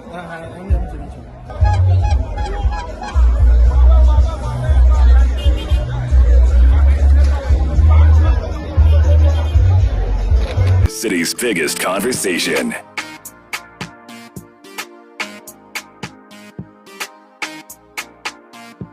Welcome back to the show. So it's 9:45 in studio. Professor Kweku Appiah-Edu and Franklin Asari. Prof is a professor of strategy, senior policy advisor of the Vice President's Secretariat, formerly head of policy coordination, monitoring and evaluation, Office of the President between 2002 and 2008. This is Kufuor. Co-author of a number of books, Ghana's Integrated Digital Transformation Blueprint, a member of the Ghana Digital Economy Policy Committee, founding chairman of Ghana Oracle Digital Enterprise Program. He was a dean of School of Business, Central University, consultant at Pricewaterhouse, board chair, Glyco Pensions. He's a big man. That's just a big man. Franklin Asari is also chief executive of Tech Gulf Ghana, appointed in September 2020, leading continental operations at Tech Gulf LLC, an IT firm in San Francisco. Joined the company from Oracle Corporation, where he was the country director for the subsidiary in Ghana. 25 years experience, ICT. American Chamber of Commerce, Ghana IT Committee Chair. Best ICT Professional in 2019. He's a big man as well, and they are both good friends. They've co-authored a book called the enabling architecture for a digital economy. And they talk about it. Prof. and Franklin, welcome. Thank you. I hope you are well. Yes, very well. You came at a good time. I was about to go on fire, but you came to come. This looks like a nice book. The Enabling Architecture for a Digital Economy. I didn't know you even knew him. So tell me about the collaboration to co-author this book. Right. We started working together when Franklin was the chief executive of Oracle Corporation, Ghana. And at that time, I've always been with the vice president over the last few years, since 2017. So in 2019, 2020, the Ghana Oracle Digital Enterprise concept was born. Franklin Sari led that initiative, and because of the work that I do with the Vice in the area of digital, Franklin and I got together, and that was where the collaboration started. And it was all about encouraging the youth in the area of innovation and digital transformation. Wonderful. Franklin, what was your thinking when this project idea came up to co-author this work? Bernard, these are ideas that I have had for many years. I almost feel I am pregnant. I believe that the digital economy is in our era. We have moved from the industrial era. This is our season. And it has to be done in a particular way, in a structured way. And this book provides first policy supported by Kweku's knowledge of policy and his experience in government, and myself providing the strategic elements that will allow a digital economy to be developed properly, because that's where we are. And I don't believe we are doing it right. And this book allows it to do it in a structured manner. So what do we mean by the digital economy, and what do we mean by the enabling architecture, Prof? Well, enabling architecture means that we need to have some fundamentals in place. So for any building that you put up, or any policy or any program you put up, there must be the foundational blocks. So that is what we refer to as the enabling architecture. The digital economy is all about using electronic means, the internet, to transform our economies. And if you look at an economy, it's made up of institutions, sectors, and then the nation as a whole. So when we say the digital economy, it's not only a matter of an institution or a nation, but cutting through all facets of the structure or the life of an economy. I noticed the book has about 8 chapters, and they are building blocks. So I see the digital skills, digital storage, digital connectivity, digital integration, digital databases, digital applications, and business intelligence, cybersecurity. What is this, like some sequential thing? Absolutely. This is the first book, Bernard, that has been printed, has come out, published, will be done tomorrow formally in sub-Saharan Africa, if not all of Africa, specifically on this. Okay. Now, there are 8 levels that we talk about in the book. Bernard, you can't even try to build a digital economy without thinking about skills and the development of the capacity of those skills. And we address that aggressively in this book, that policymakers need to look at it. And from a corporate perspective, from a strategy perspective, we need to look at that as well. Okay. You cannot do it without also storage. And I believe I've been on this platform to talk about storage. Anybody who doesn't address storage is not serious about their inheritance or their pedigree or where they've come from. We are storing all our data on foreign platforms. We have no control over our future. That needs to change. And I sit here and I feel that unless we control storage, data centers, we will not be able to create the new millionaires and billionaires of our time. We will be dependent.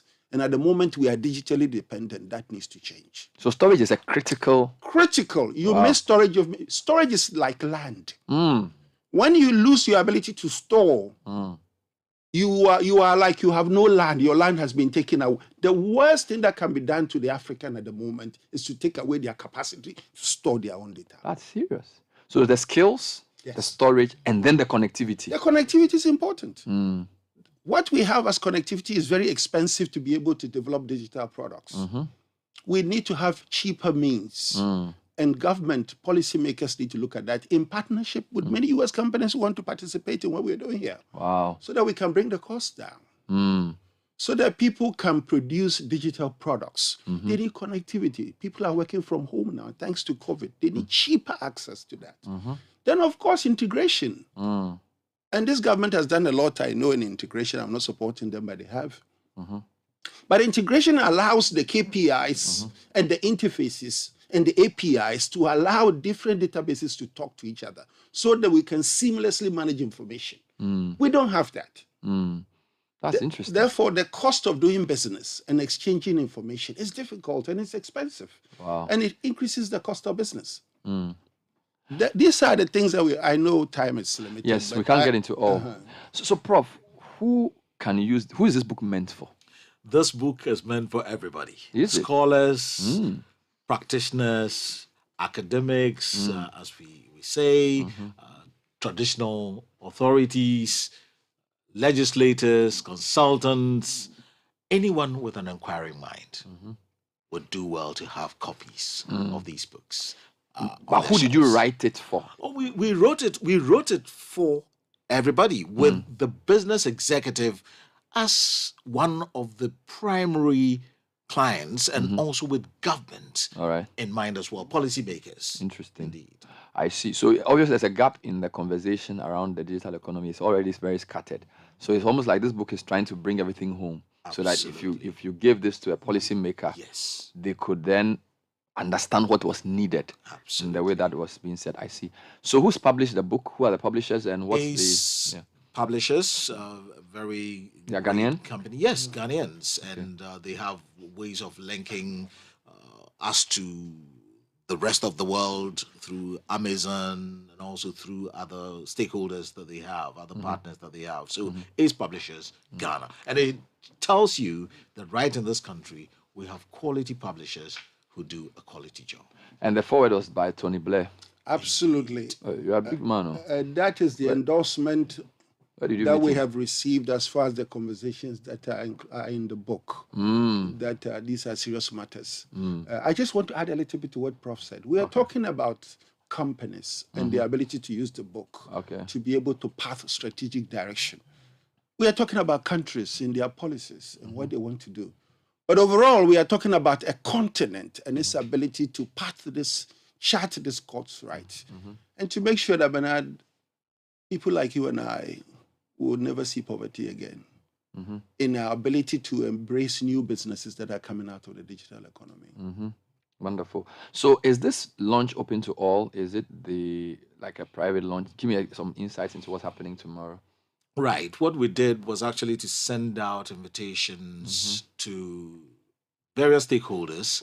We provided a registration link. So really, it's a little bit limited because there's only so much that the space that we are doing this program at can take. So really, it's, I wouldn't say strictly by invitation, but we did send out invitation to specific people, individuals. Yes. Will it be retailed in the open market, and where can people get copies? Yes, indeed. For now, we have limited copies in Ghana, which I believe will be sold out tomorrow at the book launch, and then we will order some more. But after the launch, copies will be available on Amazon. Wonderful. Thank you. Congratulations on the launch. That will happen tomorrow. The Enabling Architecture for a Digital Economy, written, co-authored by Professor Kwekwa Pierre-Du and Franklin Asari. And this book was forwarded by the Right Honorable Tony Blair. And it's going to be launched tomorrow, and it will be available at a bookshop near you. Gentlemen, wonderful stuff. 97.3 Citi FM, 4 minutes to the hour. I have a few more comments that I'm going to bring to you, Nathan. I'm going to read two of the comments because they are very related. So this one is from Dr. Collins Hajiman. Yeah, he says, Bernard, I work with Professor Alabi at IPS and UPSA. He had the 3 Fs, free, fair, and firm. He adopted leadership style that reflected the needs of the moment. We felt the pain during the transformation as staff. We yielded as it brought progress, and he knew when to freely yield to staff welfare. Example, when the system was hard, that is the period he would pay marking allowance and deserving allowance. He did well by incorporating academics and practitioners. Drones of qualified staff did not leave during the transformative period in comparison to his departure era. Improvement. I would have wished he improved in his succession planning decision a bit. This is an area looking back needed strengthening. Professor Ade and Alabi need to have done proper succession planning. Well, the view on the show is that the successor to Alabi is also doing well, actually. So that's the view here. But you are in an internet, so you know. I worked with Professor Alabi's successor. For Yeah, I at least mean, 2 years, Prof. Oko, so yeah. We are speaking from outside. Then government pays salaries and allowance for UPSC lecturers. So that was a correction when Sky said they were. No. Okay, so there was a confusion. Sky said government pays. Samen said they don't. So I really don't know. So I'm told that government pays some salaries and allowances for the UPSC lecturers, but the private university-like fees of UPSC is used for infrastructure. So there's a system where the school fees go for infrastructure and the government pays salaries. Okay. This one is from another person who is quite close to the system. He says, Bernard, interesting conversation this morning. The driver for sustainable transformation is strategy. It's the fountainhead. He goes on. There's an interesting common thread to the change in tertiary education. And Abebu called the National Council for Tertiary Education, then under the leadership of an amazing gentleman called Paul Ifa. I know Paul Ifa. He placed strategy at the center of transforming tertiary education through a platform of VCs then called Vice Chancellors Ghana. Ghana can be changed. Interesting that the theme and focus on the upcoming Citi Business Education Program is strategy, culture, and change. He's talking about the boot camp. The management boot camp, of which he will be one of the facilitators.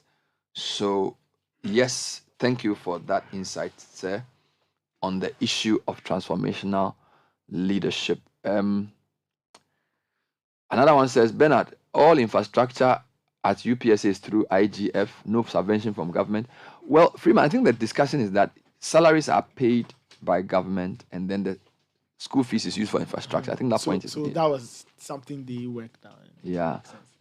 A few more comments on this, Nathan. All right. This one says, great discussion. Our country will change a lot if we have transformational leaders in our public institutions. Okay, and he says he will mention Professor Frimpong Boateng at Kolebu Cardio. This one says, speaking of transformational leaders, Professor Obri Danso of KNUST did well. He transformed the infrastructural face of the university. Yes, there's a lot of that, yeah. This one says, in terms of transformational leaders, I think Mr. Fred Owari, formerly of Buipa Authority, should be recognized. His second run at the company made it one of the top performing public companies in the country. Yeah. Okay. All right. Somebody's not happy with the DVLA. Says our license renewal has been pending since November. I see. A few more names. Kingsley Nyena, Nana Odronuma Pau, where the EC was called INEC before Afarijan. Theodora Georgina Wood when she was CJ. Okay.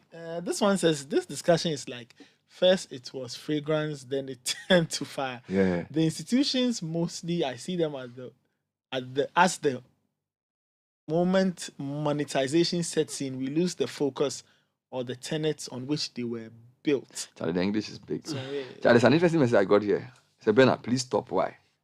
I am now the PR for Gimpa. We are monitoring you.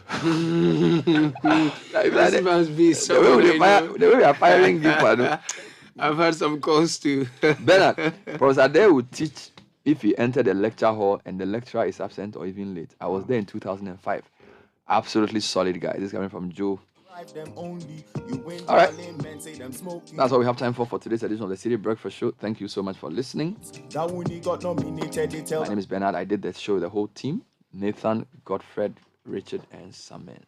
City News at 10. It's next with Caleb Kuda. Take it up, Caleb. Good morning, Bernard. Coming up, Board of the International Monetary Fund, IMF, to meet today to approve Ghana's $3 billion bailout request, and management of Gayhawk Distilleries dismisses claims of mismanagement on the part of the managing director by workers. Details. The Board of the International Monetary Fund, IMF, will meet today to approve Ghana's request for a $3 billion